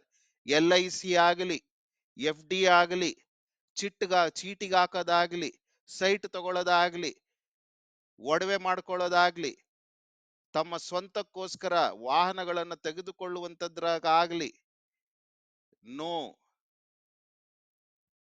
ನೋ. ಇದನ್ನೇ ನಿಮ್ಮ ಪ್ರಿಯ ಸೇವಕರು, ಸೇವಕಿ, ಅಂಕಲ್, ಆಂಟಿ ತಮ್ಮ ಜೀವಿತದಲ್ಲಿ ಮಾಡಿದ್ದು. ತಮ್ಮ ಜೀವನಕ್ಕೆ, ತಮ್ಮ ಮಕ್ಕಳನ್ನ ಸಾಕುವುದಕ್ಕೆ, ತಮಗೆ ಕೊಟ್ಟಂತ ಆತ್ಮಗಳನ್ನ ಸಲಹುವುದಕ್ಕೆ, ಪೋಷಿಸುವುದಕ್ಕೆ ಎಷ್ಟು ಬೇಕೋ ಅಷ್ಟು ಇಟ್ಕೊಂಡು ಮಿಕ್ಕದ್ದನ್ನ ಉಳಿಸಿ ಉಳಿಸಿ ಉಳಿಸಿ 7 ಸಭೆಗಳನ್ನ ಮಾಡಿದಂಥದ್ದು. ಮಕ್ಕಳಿಗೆ 1 ರೂಪಾಯಿ ಇಟ್ಲಿಲ್ಲ ಬ್ಯಾಂಕಲ್ಲಿ, ಒಂದು LIC ಮಾಡ್ಲಿಲ್ಲ, ಒಂದು FD ಮಾಡ್ಲಿಲ್ಲ. ಪ್ರತಿಯೊಂದೊಂದು ಬರುವಂತದ್ದನ್ನ ಕೂಡಿಸಿ ಕೂಡಿಸಿ ಮತ್ತೆ ಮರು ವೆಚ್ಚ ಆತ್ಮಗಳ ಸಂರಕ್ಷಣೆಗೋಸ್ಕರ ಮಾಡಿದಂಥದ್ದು ಮಾಡಿದಂಥದ್ದು ಮಾಡಿದಂಥದ್ದು ಅಥವಾ ಸಭೆಯವರು ಒಂದು ಆಯೋಜಿತವಾಗಿ ನಡೆಸಬೇಕೆಂಬುದಾಗಿ ಒಂದು ನಿರ್ಧಾರಕ್ಕೆ ಬಂದ್ರೆ, ಒಂದು ಟ್ರಸ್ಟ್ ಮುಖಾಂತರವಾಗ್ಲಿ ಬೇರೆ ರೀತಿಯಲ್ಲಿ ಒಂದು ಆಯೋಜಿತವಾಗಿ ಮಾಡಬೇಕೆಂಬುದಾಗಿದ್ರೆ, ಅಲ್ಲಿರ್ತಕ್ಕಂಥ ಹಿರಿಯರು, ಆತ್ಮಿಕ ಹಿರಿಯರು ಈ ಪೋಷಿಸುವವನಿಗೆ ಇಷ್ಟು ಎಂಬುದಾಗಿ ನಿಗದಿ ಮಾಡಿ ಆತನಿಗೆ ಸಭೆಯಲ್ಲಿ ಒಪ್ಪಿಸಿಕೊಡ್ಬೇಕು ಒಪ್ಪಿಸಿಕೊಡ್ಬೇಕು. ಕೈ ಕೆಲಸ ಇದ್ದು ಕೈ ಕೆಲಸವನ್ನ ಬಿಟ್ಟು ಸೇವೆಯ ನಿಮಿತ್ತ ಪೋಷಿಸುವಂತವರಿಗೆ ಕೊಡಲೇಬೇಕನ್ನುವಂತ ನಿರ್ಬಂಧತೆ ಇದೆ. ಸಾಕಲೇಬೇಕು ಸಭೆಯವರು ಅನ್ನುವಂತ ಒಂದು ನಿರ್ಬಂಧತೆ ಇದೆ. ಹಾಗಾದ್ರೆ ಇಷ್ಟು ಮೌಲ್ಯಗಳನ್ನ ನಿಮ್ಮ ಮುಂದೆ ಇಡ್ತಾ ಇದ್ದೇನೆ. ಹಾಗಾದ್ರೆ ಪೌಲನ ಮಾದರಿ ವಾಕ್ಯಗಳ ಹಿನ್ನೆಲೆಯಲ್ಲಿ ತೀರ್ಮಾನದ ಕೆಲವೊಂದು ಆಲೋಚನೆಗಳನ್ನ ನಿಮ್ಮ ಮುಂದೆ ಇಡುವಾಗ, ಪೌಲನ ಮಾದರಿ ಎಲ್ರು ಪೌಲನಂಗೆ ನಾನು ಸೇವೆ ಮಾಡಬೇಕು, ಪೌಲನಂಗೆ ನಾನು ಸೇವೆ ಮಾಡಬೇಕು, ಪೌಲನ್ ಕಾಣಿಕೆಯನ್ನು ಸ್ವೀಕರಿಸ್ಲಿಲ್ಲ, ನಾವು ಕೂಡ ಹಾಗೆ ಮಾಡಬೇಕು. ಅರ್ಧ ಸತ್ಯ, half truth based on certain situation. ಪೌಲನನ್ನ ಗಮನಿಸುವಾಗ, though he established many churches, he was never a shepherd for any of the church. ಪೌಲನು ಅನೇಕ ಸಭೆಗಳನ್ನ ಸ್ಥಾಪಿಸಿದರೂ ಕೂಡ ಯಾವ ಸಭೆಗೂ ಕೂಡ ಆತನು ಸಭಾಪಾಲಕನಾಗಿರಲಿಲ್ಲ. ಪ್ರತಿಯೊಂದೊಂದು ತಾನು ಸ್ಥಾಪಿಸಿದ ಸಭೆಗೆ ಆತನು ಅಪೋಸ್ತಲನಾಗಿ, ದಾಸನಾಗಿ, ಸೌವಾರ್ತಿಕನಾಗಿ, ಉಪದೇಶಕನಾಗಿ, ಬೋಧಕನಾಗಿ ಇದ್ದ ಕಾರಣದಿಂದ ಆತನು ಆದಷ್ಟು ಮಟ್ಟಿಗೆ ಆತನು ಪೋಷಣೆಯನ್ನು ಹೊಂದುವುದಕ್ಕೆ ತಾನು ಸ್ಥಾಪಿಸಿದಂತ ಸಭೆಗಳಿಂದ ಆತನು ಸ್ವೀಕರಿಸಲಿಲ್ಲ ಮಾದರಿಯಾದ. That is one of the main other reason why he did not accept ಟೈತ್.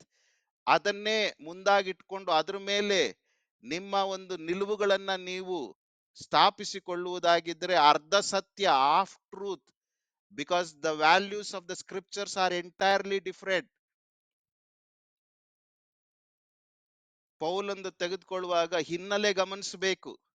ಯಾಕೆ ಆತನು ಆ ಹಕ್ಕನ್ನ ಉಪಯೋಗಿಸಿದೆ, ಆತನು ಈ ರೀತಿ ಇದ್ದ, ಒಂದು ಮಾದರಿಗೋಸ್ಕರ, ಒಂದು ಉದಾಹರಣೆಗೋಸ್ಕರ. ಹಾಗೂ he was never a shepherd. ಡೇರೆ ಹಾಕುವಂತದ್ದನ್ನ ಮಾಡಿಕೊಂಡು he was ministering. ಆತನು ಯಜ್ಞವೇದಿಯ ಬಳಿಯಲ್ಲಿ ಸದಾ ಸೇವೆ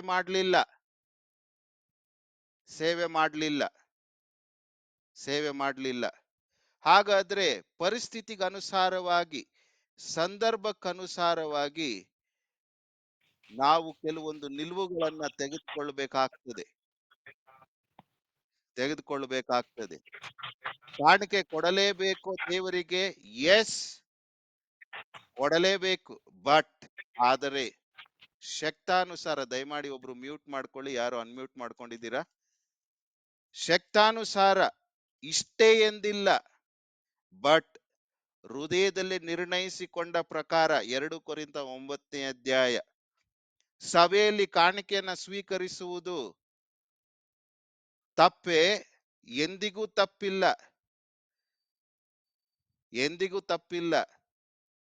ಎಂದಿಗೂ ತಪ್ಪಿಲ್ಲ. ಉಪಕಾರ ಸ್ತುತಿ ಕಾಣಿಕೆ ಸ್ವೀಕರಿಸಲೇಬೇಕು. ನಮ್ಮ ಸೇವಾ ದರ್ಶನದಲ್ಲಿ ಹಬ್ಬಗಳಿಗೆ ಮಾಡುವಾಗ ತಟ್ಟೆಯಲ್ಲಿ ಕಾಣಿಕೆ ಕೊಡ್ತೀವಿ, ತಲೆ ಕೂದಲು ತೆಗೆಸುವಾಗ ಕಾಣಿಕೆ ಕೊಡ್ತೀವಿ, ಜಾತ್ರೆಗಳಿಗೆ ಕಾಣಿಕೆ ಕೊಡ್ತೀವಿ, ಎಲ್ಲದಕ್ಕೂ ಕೊಡ್ತೇವೆ. ಅನ್ಯೋನ್ಯತೆಗೆ ಸೇರಿ ಬರುವಾಗ ಉಪಕಾರ ಸ್ತುತಿ ಕೃತಜ್ಞತಾ ಸ್ತುತಿ ಕಾಣಿಕೆ ಅದನ್ನ ಸ್ವೀಕರಿಸದೆ ಇರ್ತಕ್ಕಂಥದ್ದು ಪ್ರಶ್ನಾರ್ಥಕವಾಗಿ ಉಳಿತದೆ. ಸ್ವಲ್ಪ ನಾವೆಲ್ಲರೂ ಆತ್ಮಾವಲೋಕನ ಮಾಡ್ಕೊಳ್ಬೇಕು, ಎಲ್ಲೆಲ್ಲಿ ಹೆಚ್ಚು ಕಡಿಮೆ ಆಗಿದೆಯೋ ಅಲ್ಲಿ. ಚೀಲದ ಕಾಣಿಕೆ ಬಹು ಅವಶ್ಯ ಅವಶ್ಯ ಅವಶ್ಯ. ಹಾಗಾದ್ರೆ ಅನ್ವಯ, ನನಗೆ ಇನ್ನೊಬ್ಬರ ಮೀಸಲು ಚೀಲದ ತ್ಯಾಗಪೂರಿತ ಔದಾರ್ಯದ ಉದಾರದ ಸಭೆಯ ಅಭಿವೃದ್ಧಿಗೋಸ್ಕರ ಮುಖಾಂತರ ಅನುಭವಿಸಿದ ಹಾಗೆ ನಾನು ಅದನ್ನು ಮುಂದುವರಿಸಬೇಕು. I am under a moral and a spiritual obligation to continue the tithe and the offerings. ಯಾಕಂದ್ರೆ ನನಗೆ ಸುವಾರ್ತೆ ಬರಬೇಕಾದ್ರೆ ಅನೇಕರು ಈ ರೀತಿಯಾಗಿ ತಮ್ಮ ಜೀವನಗಳನ್ನ ವೆಚ್ಚ ಮಾಡಿರುವುದರಿಂದ ನಾವು ಕೂಡ ಅದನ್ನ ಮುಂದುವರಿಸಿಕೊಂಡು ಹೋಗಬೇಕು ಅನ್ನುವಂತ ಒಂದು ಆತ್ಮೀಕವಾದಂತ ನೈತಿಕತ್ವದಿಂದ ಕೂಡಿರ್ತಕ್ಕಂಥ ಒಂದು ನಿರ್ಬಂಧತೆಯಲ್ಲಿದ್ದೇವೆ. ಮರೆಯಬಾರದು ಮರೆಯಬಾರದು ಮರೆಯಬಾರದು ಮರೆಯಬಾರದು ಮರೆಯಬಾರದು. ಇನ್ನೆರಡು ಅಂಶಗಳನ್ನ ಹೇಳಿ ಮುಗಿಸ್ತೇನೆ, ಇನ್ನು 16 ನಿಮಿಷ ಇದೆ. ಆತ್ಮಾವಲೋಕನಕ್ಕೆ ಕೆಲವು ವಿಷಯಗಳು. ಅನೇಕ ಬಾರಿ ಮನುಷ್ಯರ ವಿಶ್ವಾಸಿಗಳ ಮನಸ್ಸುಗಳಲ್ಲಿ ಹೃದಯಗಳಲ್ಲಿ ಬರ್ತಕ್ಕಂಥ ಆಲೋಚನೆ, ಊಳಿಗದಲ್ಲಿ ಇರ್ತಕ್ಕಂಥವರಿಗೆ, ಅಂದರೆ ಸೇವೆಯಲ್ಲಿ ಇರ್ತಕ್ಕಂಥವರಿಗೆ, ಸೇವೆ ಮಾಡುವಂಥವರಿಗೆ, ಅಂದರೆ ಅಪೋಸ್ತಲನಾಗಿರಬಹುದು, ಪ್ರವಾದಿಯಾಗಿರಬಹುದು, ಸೌವಾರ್ತಿಕರಾಗಿರಬಹುದು, ಸಭಾಪಾಲಕರಾಗಿರಬಹುದು, ಉಪದೇಶಕರಾಗಿರಬಹುದು, ಶಿಕ್ಷಕರಾಗಿರಬಹುದು, ಆತ್ಮೀಕ ಬೋಧಕರಾಗಿರಬಹುದು, ಕಾಣಿಕೆ ಕೊಡುವುದು ಯಾವುದೋ ಒಂದು ಭಾವನೆ ಮೇಲಲ್ಲ. ಅಯ್ಯೋ ಪಾಪ, ಅವ್ರು ಸೇವೆ ಮಾಡ್ತಾ ಇದ್ದಾರೆ, ಕೆಲಸ ಬಿಟ್ಟು ಬಂದಿದ್ದಾರೆ, ಅವ್ರ ಜೀವನ ಹೇಗೆ, ನೀವು ಕೊಡುವಂತ ಕಾಣಿಕೆಯ ಮೇಲೆ ಪ್ರತಿಷ್ಠೆ ಮಾಡಿಕೊಂಡಂತ ಪೋಷಕರ ಜೀವನ ಅದು ಡಿಸೈಡ್ ಆಗಿಲ್ಲ. ದೇವರು ಸಾಕುವಂಥದ್ದು, ದೇವರ ಕರೆಗೆ ಅವರು ಹೋಗಟ್ಟು ಬಂದ ಮೇಲೆ ದೇವರವರನ್ನು ಸಾಕ್ತಾನೆ. ದೇವರು ನಿಮ್ಮ ಮುಖಾಂತರ ಮಾಡಬೇಕಾಗಿರ್ತಕ್ಕಂಥದ್ದನ್ನ ಮಾಡುವಂತ ನಿರ್ಬಂಧತೆಯಲ್ಲಿ ನಾನು ಮತ್ತು ನೀವಿದ್ದೇವೆ. ಅದನ್ನು ಮಾಡ್ತಾ ಇದ್ದೇವೆ ಅನ್ನುವಂತ ಪ್ರಶ್ನೆ ಹಾಕಿಕೊಳ್ಳಬೇಕೇ ಹೊರತು ಅಯ್ಯೋ ಪಾಪ, ನೋ ಸಿಂಪತಿ. ಪೋಷಕರಿಗೆ ಮನುಷ್ಯರ ವಿಶ್ವಾಸಿಗಳ ಸಿಂಪತಿ ಬೇಡ. ಅಯ್ಯೋ ಒಂದ್ 500 ರೂಪಾಯಿ ಕೊಡು, ಅಯ್ಯೋ ಒಂದ್ 1000 ರೂಪಾಯಿ ಕೊಡು, ಅಯ್ಯೋ ಪಾಪ ಬಂದಿದ್ದಾರೆ ಒಂದ್ 2000 ಕೊಡು. ನೋ, ಅಯ್ಯೋ, ನೋ ಸಿಂಪತಿ, ಪಾಪ ಇಲ್ಲ. ಅಥವಾ ಅಯ್ಯೋ ದೇವ್ರು ಇವ್ರಿಗೆ ಎಲ್ಲಾ ಕೊಟ್ಬಿಟ್ಟಿದಾನಲ್ಲ, ಯಾಕೆ ಕೊಡ್ಬೇಕು ನಾವು, ಅದು ತಪ್ಪು. ಇದನ್ನ ಆತ್ಮಾವಲೋಕನ ಮಾಡ್ಕೊಳ್ಬೇಕು. ಎರಡನೇದು, ಕಾಣಿಕೆ ಅನ್ನುವಾಗ ಮೀಸಲಾದಂತ ಕಾಣಿಕೆ ಇರಬಹುದು, ಚೀಲದ ಕಾಣಿಕೆ ಇರಬಹುದು, ಉದಾರತೆಯಿಂದ ಕೂಡಿರ್ತಕ್ಕಂಥ ಕಾಣಿಕೆ ಇರಬಹುದು, ಔದಾರ್ಯದಿಂದ ಕೂಡಿರ್ತಕ್ಕಂಥ ಕಾಣಿಕೆ ಇರಬಹುದು, ತ್ಯಾಗಪೂರಿತವಾದಂತ ಕಾಣಿಕೆ ಇರಬಹುದು. ಅದನ್ನ ಕೊಡುವಾಗ ಅದರಿಂದ ಅನಾವಶ್ಯಕವಾದಂತ ತೊಂದರೆಗಳು ಸೃಷ್ಟಿಯಾಗ್ತದೆ. ಅದಕ್ಕೋಸ್ಕರ ಬೇಡ, ಕಾಣಿಕೆನೇ ತೆಗೆಯೋದು ಬೇಡ, ಕಾಣಿಕೆ ತೆಗೆಯೋದು ನಿಲ್ಲಿಸ್ಬಿಡೋಣ, ಆತ್ಮಾವಲೋಕನ ಮಾಡಬೇಕು. 1 ಕೊರಿಂಥ 9ನೇ ಅಧ್ಯಾಯ ಹಿನ್ನೆಲೆಯಲ್ಲಿ, ವಿವಿಧ ವಾಕ್ಯಗಳ ಹಿನ್ನೆಲೆಯಲ್ಲಿ ಈಗಾಗಲೇ ಪರಿಶುದ್ಧಾತ್ಮನು ನಮಗೆ ಪ್ರಕಟಿಸಿರುವಂತ ಆ ಮುಖಾಂತರ ಆತ್ಮಾವಲೋಕನ ಮಾಡಿ ಒಂದು ಪರಿಪಕ್ವತೆಯಿಂದ ಕೂಡಿರ್ತಕ್ಕಂಥ, ಪವಿತ್ರತೆಯಿಂದ ಇರ್ತಕ್ಕಂಥ ಒಂದು ನಿಲುವಿಗೆ ಬರಬೇಕು. ನಮ್ಮ ಮನಸ್ಸಾಕ್ಷಿ ಹಂಗಿಸಬಾರದು, ಭಾವನೆಗಳ ಮೇಲೆ ಎಲ್ಲ. I always tell, don't make your decisions, judgements based on feelings, but let it be on facts. Let it be on facts which are originating from the heart of God. ಮೂರನೇದು, ವಿಶ್ವಾಸಿಗಳ ಮನುಷ್ಯರ ಮನಸ್ಸು ಹೃದಯಗಳಲ್ಲಿ ಇರ್ತಕ್ಕಂಥದ್ದು ಆತ್ಮಾವಲೋಕನಕ್ಕೆ ನಿಮ್ಮ ಮುಂದೆ ಬಿಚ್ಚಿಡ್ತಾ ಇದ್ದೇನೆ. ಕಾಣಿಕೆ ಮನುಷ್ಯನನ್ನ ಕೆಡಿಸ್ತದೆ, ದೇವರ ಸೇವಕರುಗಳನ್ನ ಕೆಡಿಸ್ತದೆ. ಅದರಿಂದ ಎಷ್ಟು ಕೊಡ್ಬೇಕೋ ಅಷ್ಟು ಕೊಡ್ಬೇಕು, ಸ್ವಲ್ಪ ಹಿಡಿತ, ಸ್ವಲ್ಪ ಮಿತ ಮಾಡಬೇಕು, ಯೋಚನೆ ಮಾಡಬೇಕು. ದೇವರು ನಿನಗೆ ಎಷ್ಟು ನಿರ್ಣಯಿಸಿಕೊಳ್ಳುವಂತೆ ಪ್ರೇರೇಪಣೆ ಕೊಟ್ಟು ಮಾಡಿದ್ದಾನೋ ಯಥಾರ್ಥವಾಗಿ ಅದನ್ನ ನೀನು ಸಲ್ಲಿಸು. 4ನೇದು, ಅವ್ರಿಗೇನ್ರಿ ಕಡಿಮೆ, ಮಕ್ಕಳು ಈಗೆಲ್ಲ ಕೆಲಸದಲ್ಲಿದ್ದಾರೆ, ಸ್ವಂತ ಮನೆ ಇದೆ, ಕಾರ್ ಇದೆ, ಸೈಟ್ ಇದೆ, ಎಲ್ಲ ಇದೆ. ಏನಕ್ಕೆ ಕೊಡ್ಬೇಕು? ಏನಕ್ಕೆ ಕೊಡ್ಬೇಕು? ಇದು ಬರುವಂತ ಒಂದು ಅಭಿಪ್ರಾಯ. ಆತ್ಮಾವಲೋಕನ ಮಾಡಬೇಕು. ನಿಮ್ಮ ಆತ್ಮ ಸಂರಕ್ಷಣೆಗೋಸ್ಕರ ಅವರು ವಾಕ್ಯವೆಂಬ ಬೀಜವನ್ನ ಬಿತ್ತಿ ವೆಚ್ಚ ಮಾಡುವಾಗ ನೀವು ಕೊಡುವಂತ ನಿರ್ಬಂಧತೆಯಲ್ಲಿ, ಯಾಕಂದ್ರೆ ನಿಮಗೂ ಕೂಡ ಸುವಾರ್ತೆ ಸುಮ್ನೆ ಬಂದಿಲ್ಲ, ಪುಕ್ಸಾಟೆ ಬಂದಿಲ್ಲ. It has reached your doorstep and your door of heart with lot of sacrifices, with lot of consecration, with lot of dedication, with lot of commitment. And I am bound to continue that, honor that commitment and consecration, what others followed in my life, so that my generation may be blessed for 1,000 generations. Malachi ಇದಕ್ಕೆ ಆಧಾರ. ಇಂಥ ಎಲ್ಲ ವಿವಿಧ ಪ್ರಶ್ನೆಗಳು ಬರುವುದು ಸಹಜ ರೀ. ಬಂದಾಗ ಮೌಲ್ಯ ಏನು ಅನ್ನುವಂಥದ್ದು ನಿಮ್ಮ ತಲೆ ಹೃದಯದಲ್ಲಿ ಇರಬೇಕು. ವಾಕ್ಯದ ಆಧಾರ ಮೇಲೆ ವಾಟ್ ಈಸ್ ದ ವ್ಯಾಲ್ಯೂ ಎಂದು ಯೋಚಿಸಬೇಕು, ತೀರ್ಮಾನಿಸಬೇಕು. ಪ್ರತಿಷ್ಠೆಯೊಂದಿಗೆ ದೇವರ ಮೌಲ್ಯಗಳನ್ನ ಇನ್ನಷ್ಟು ಮೆರುಗುಗೊಳಿಸಿ ಹೆಚ್ಚಿಸಿ ಆಶೀರ್ವಾದಕ್ಕೆ ನಾನು, ನನ್ನ ವಂಶಗಳು, ಕುಟುಂಬಗಳು, ವ್ಯಕ್ತಿಗಳು ಕಾರಣವಾಗಬೇಕು. ದೇವರು ನಿಮ್ಮನ್ನ ಆಶೀರ್ವದಿಸ್ಲಿ, ದೇವರು ನಿಮ್ಮನ್ನ ಬಲಪಡಿಸ್ಲಿ, ದೇವರು ನಿಮ್ಮನ್ನ ಮುನ್ನಡೆಸ್ಲಿ. ಇದರ ಹಿನ್ನೆಲೆಯಲ್ಲಿ ಯಾರಿಗೆ ಏನೇ ಪ್ರಶ್ನೆಗಳಿದ್ರೂ ಕೂಡ ವೈಯಕ್ತಿಕವಾಗಿ ಸಪರೇಟ್ ಆಗಿ ನೀವು ನನ್ನೊಟ್ಟಿಗೆ ಡಿಸ್ಕಸ್ ಮಾಡಬಹುದು. ನಾಳೆ ದೇವರ ಚಿತ್ತವಿದ್ರೆ ನಡೆಸ್ಲಿ. ಇನ್ನೊಂದು ಮುಖದಲ್ಲಿ ನಿಮಗೆ ಇನ್ನು 5 ನಿಮಿಷ ಉಪಯೋಗಿಸಿಕೊಂಡು ಹೇಗೆ ಆರ್ಥಿಕವಾದಂತ ಯೋಜನೆಯನ್ನ ಮಾಡಬೇಕು, ಇಂಥ ರೀತಿಯಲ್ಲಿ ಮೌಲ್ಯಾಧಾರದಿಂದ ಕೂಡಿರ್ತಕ್ಕಂಥ ಆತ್ಮಿಕ ಜೀವನವನ್ನ ಶಿಷ್ಯತ್ವದಲ್ಲಿ ನಾನು ಪರಿಪಾಲಿಸಿಕೊಂಡು ಹೋಗುವುದಕ್ಕೆ ನನ್ನ ಹಣಕಾಸಿನ ವಿಷಯದಲ್ಲಿ ಎಂಥ ರೀತಿಯ ಶಿಸ್ತಿನ ಜೀವಿತ ಇರಬೇಕೆಂಬುದಾಗಿ ಸ್ವಲ್ಪ ಅವಲೋಕಿಸಬೇಕು. ಹೇಗೆ ಪೌಲನು ಕೊರಿಂಥ ಸಭೆಯವರಿಗೆ ಹೇಳುವಾಗ, ಆತ್ಮದಿಂದಲೂ ಪ್ರಾರ್ಥಿಸುವೆನು, ಬುದ್ಧಿಯಿಂದಲೂ ಪ್ರಾರ್ಥಿಸುವೆನು, ಆತ್ಮದಿಂದಲೂ ಹಾಡುವೆನು, ಬುದ್ಧಿಯಿಂದಲೂ ಹಾಡುವೆನು ಎಂಬುದಾಗಿ ಹೇಳುವ ಹಿನ್ನೆಲೆಯಲ್ಲಿ, ಹಾಗೆ ಈ ವಿಷಯ ಬಂದಾಗ ಭಾವೋದ್ರೇಕದಿಂದ ಭಾವನಾತ್ಮಕಗಳಿಗೆ ಒಳಗಾಗಿ ಕೊಡುವಂಥದ್ದಲ್ಲ. ಆತ್ಮ ಪ್ಲಸ್ ಬುದ್ಧಿ ಎರಡು ಆ ಒಂದು ಆರ್ಥಿಕ ವಿಷಯದಲ್ಲಿ ಯೋಜನೆಯೊಂದಿಗೆ ಒಳಗೊಂಡಿರಬೇಕು.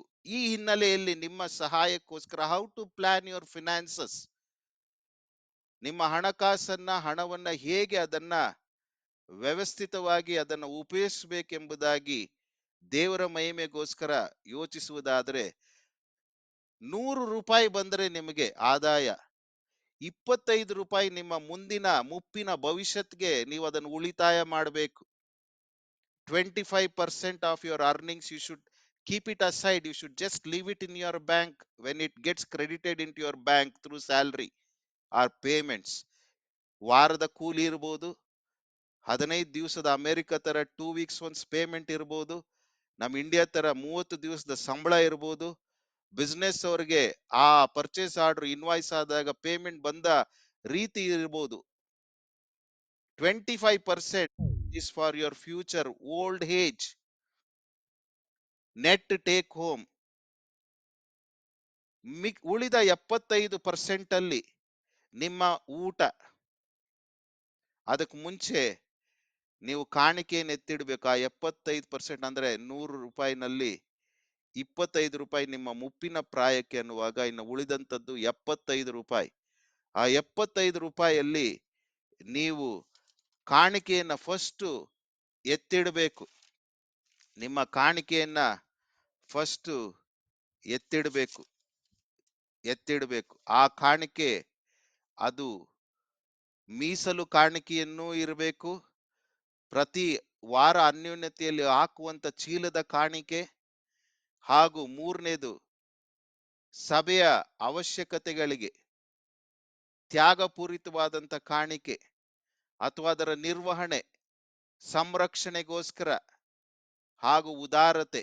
ಯಾರೋ ಕಷ್ಟದಲ್ಲಿದ್ದಾರೆ,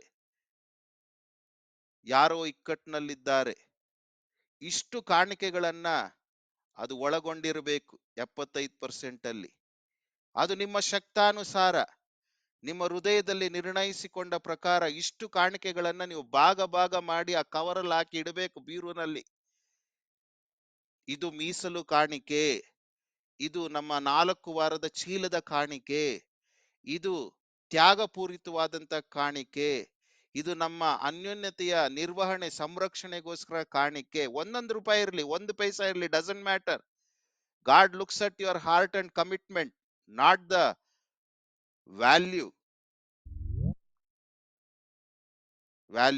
ಅದಾದ್ಮೇಲೆ ಆ 75% ಅಲ್ಲಿ ನಿಮ್ಮ ಊಟ, ಆ 75% ಅಲ್ಲಿ ನಿಮ್ಮ ಮಕ್ಕಳ ಸ್ಕೂಲ್ ಕಾಲೇಜ್ ಫೀಸ್, ಆ 75% ಅಲ್ಲಿ ನಿಮ್ಮ ಓಡಾಟ, petrol, bus ticket, train ticket, plane ಅಲ್ಲಿ ಓಡಾಡಿದ್ರೆ ಪ್ಲೇನ್ ಟಿಕೆಟ್, ವರ್ಷಕ್ಕೊಂದ್ಸತಿ ಹೋಗುವಂತ ಟೂರ್, ಮನ್ಸಿಗೆ ಬಂದಾಗೆಲ್ಲ ಗಾಡಿ ಎತ್ತಿ ಟೂರ್ಗೆ ಹೋಗೋದಲ್ಲ, ತಲೆ ಕಿಕ್ ಹೊಡೆದಿದ ತಕ್ಷಣ ಪಿಕ್ನಿಕ್ಗಳು ಹೋಗ್ಬಿಡೋದಲ್ಲ.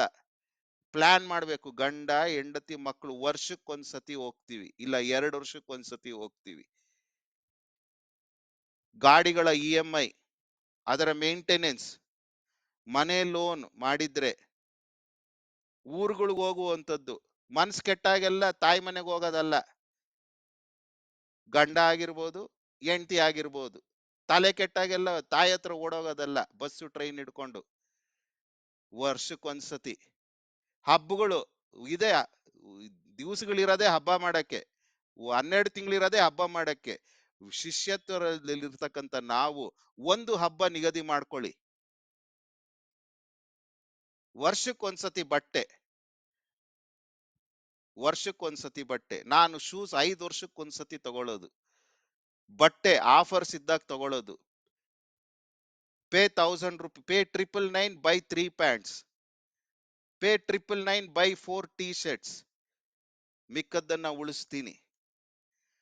ಸೇವಿಂಗ್ಸ್, ಆ 75% ಅಲ್ಲಿ ನಿಮ್ಮ LIC ಇರಬೇಕು, ನಿಮ್ಮ ಮ್ಯೂಚುವಲ್ ಫಂಡ್ ಇರಬೇಕು, ನಿಮ್ಮ ಮ್ಯೂಚುವಲ್ ಫಂಡ್ SIP ಇರಬೇಕು, ನಿಮ್ಮ FD ಇರಬೇಕು, ನಿಮ್ಮ RD ಇರಬೇಕು, ನಿಮ್ದು ಪೋಸ್ಟ್ ಆಫೀಸ್, ಏನೇನ್ ಮಾಡ್ಬೇಕು ಅಂತಿದ್ದೀರೋ ಉಳಿತಾಯ, ಅದು 75% ಅಲ್ಲಿ. ಚೀಟಿ ಮಾತ್ರ ಹಾಕಂಗಿಲ್ಲ. No chit business, running and partaking in chit business. ಆ 75% ಅಲ್ಲಿ ನಿಮ್ಮ ಕರೆಂಟ್ ಬಿಲ್, ನಿಮ್ಮ ವಾಟರ್ ಬಿಲ್, ನಿಮ್ಮ ಮೊಬೈಲ್ ಬಿಲ್, ನಿಮ್ಮ ಕೇಬಲ್ ಟಿವಿ. ದೇವರು ಕಾಣಿಕೆ ಕೊಡಕ್ ದುಡ್ಡಿರಲ್ಲ, ಆದ್ರೆ 300, 400, 500 ರೂಪಾಯಿ ಹಾಕೊಂಡು ಕೇಬಲ್ 24 ಗಂಟೆ ನೋಡಕ್ ಸಮಯ ದುಡ್ಡು ಇರ್ತದೆ. ದೇವ್ರ ಮುಂದೆ ನಾವು ಉತ್ತರ ಕೊಡಬೇಕು. ಇಂಟರ್ನೆಟ್, ಬೇರೆ ಬಿಲ್ಸ್. ಶಾಪಿಂಗ್, ಮಕ್ಕಳಿಗೆ ಬಟ್ಟೆ ತೆಗೆಯುವುದು, ಗಂಡ ಹೆಂಡತಿ ಬಟ್ಟೆ ತೆಗೆದುಕೊಳ್ಳುವುದು, ತಂದೆ ತಾಯಿಗಳಿಗೆ ಬಟ್ಟೆ ವರ್ಷಕ್ಕೊಂದ್ಸತಿ 1 ಜೊತೆ ಅಥವಾ 2 ಜೊತೆ ಬಡ್ಜೆಟ್ ಮಾಡಬೇಕು. ಇದಿಷ್ಟು 75% ಅಲ್ಲಿ ನೀವು ಮಾಡಬೇಕು, ಕಾಣಿಕೆಯಿಂದ ಹಿಡಿದು ನಿಮ್ಮ ಇಡೀ ಕುಟುಂಬದ್ದು. ಒಂದು ವೇಳೆ ಕೊರತೆ ಬಂದಾಗ ಪ್ಲಾನಿಂಗ್ ನಲ್ಲಿ ಯಾವ್ದ್ಯಾವ್ದು ಮಾಡ್ಲೇಬೇಕು ಅನ್ನುವಂಥದ್ದನ್ನ ಗುರುತಿಸಬೇಕು. ಯಾವ್ದ್ಯಾವ್ದು ನಾವು ಕಟ್ ಮಾಡ್ಕೊಳ್ಬಹುದು, ಇದಿಲ್ಲದೆ ನಾವು ಜೀವಿಸಬಹುದು ಅನ್ನುವಂಥದ್ದು ನಿಮ್ಗೆ ಅನಿಸ್ತದೆ, ಅದನ್ನ ನೀವು ಕಟ್ ಮಾಡಿಕೊಂಡು ಅಂತ ಆಶೆಯನ್ನ ನೀವು ಸಾಯಿಸ್ಕೊಳ್ಬೇಕು. 1 ಯೋಹಾನ 2ನೇ ಅಧ್ಯಾಯ 15ರಿಂದ 17 ವಚನಗಳು. ಈ ರೀತಿಯಾಗಿ ನೀವು ಆರ್ಥಿಕ ಯೋಜನೆಯನ್ನು ಮಾಡ್ಕೊಳ್ಳುವಾಗ ನೀವು ಮತ್ತಾಯನ ಬರೆದ ಸುವಾರ್ತೆ 5ನೇ ಅಧ್ಯಾಯ 13 ಮತ್ತು 14ನೇ ವಚನದ ಪ್ರಕಾರ ನೀವು ಉಪ್ಪಾಗಿರ್ತೀರಿ ಹಾಗೂ ಬೆಳಕಾಗಿರ್ತೀರ. ದೇವರು ನಿಮ್ಮನ್ನ ಆಶೀರ್ವದಿಸ್ಲಿ, ದೇವರು ನಿಮ್ಮನ್ನ ಬಲಪಡಿಸ್ಲಿ. ಈಗ ಇನ್ನ 5 ನಿಮಿಷ ಇದೆ.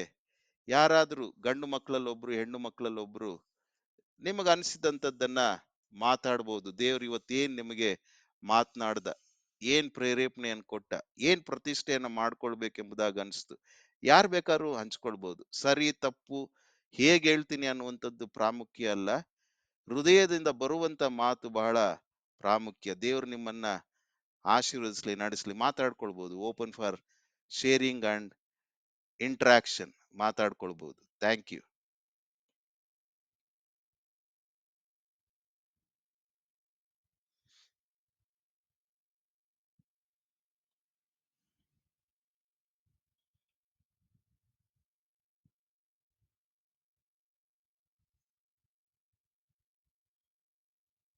ನಾನೇ ಹೆಸರಿಟ್ಟು ಕರೆದು ಬಿಡ್ಲಾ? ಅಣ್ಣ ನಮಸ್ತೆ ಅಣ್ಣ. ನಮಸ್ತೆ ಅಮ್ಮ. ಭಾಗ್ಯಮ್ಮನ ಟೇಕಲ್ಲಿಂದ. ಹ್ಞೂ ಅಣ್ಣ. ನಮಸ್ತೆ ಅಮ್ಮ, ಹೇಳಿ ಅಮ್ಮ. ಕಾಣಿಕೆ ಯಾವ ರೀತಿ ತೆಗಿಬೇಕು, ಯಾವ ಮನ್ಸಿಂದ ತೆಗಿಬೇಕು ಅನ್ನೋದು ಬಹಳ ಮುಖ್ಯ ಅಣ್ಣ.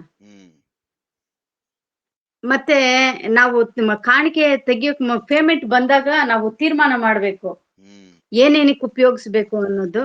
ಮತ್ತೆ ಕಾಣಿಕೆ ಕೊಡುವಾಗ್ಲೂ ಸಹ ಉದಾರ ಮನಸ್ಸಿನಿಂದ ಕೊಡ್ಬೇಕು, ಅಯ್ಯೋ ಅನ್ನೋ ರೀತಿಯಲ್ಲಿ ಕೊಡಂಗಿಲ್ಲ.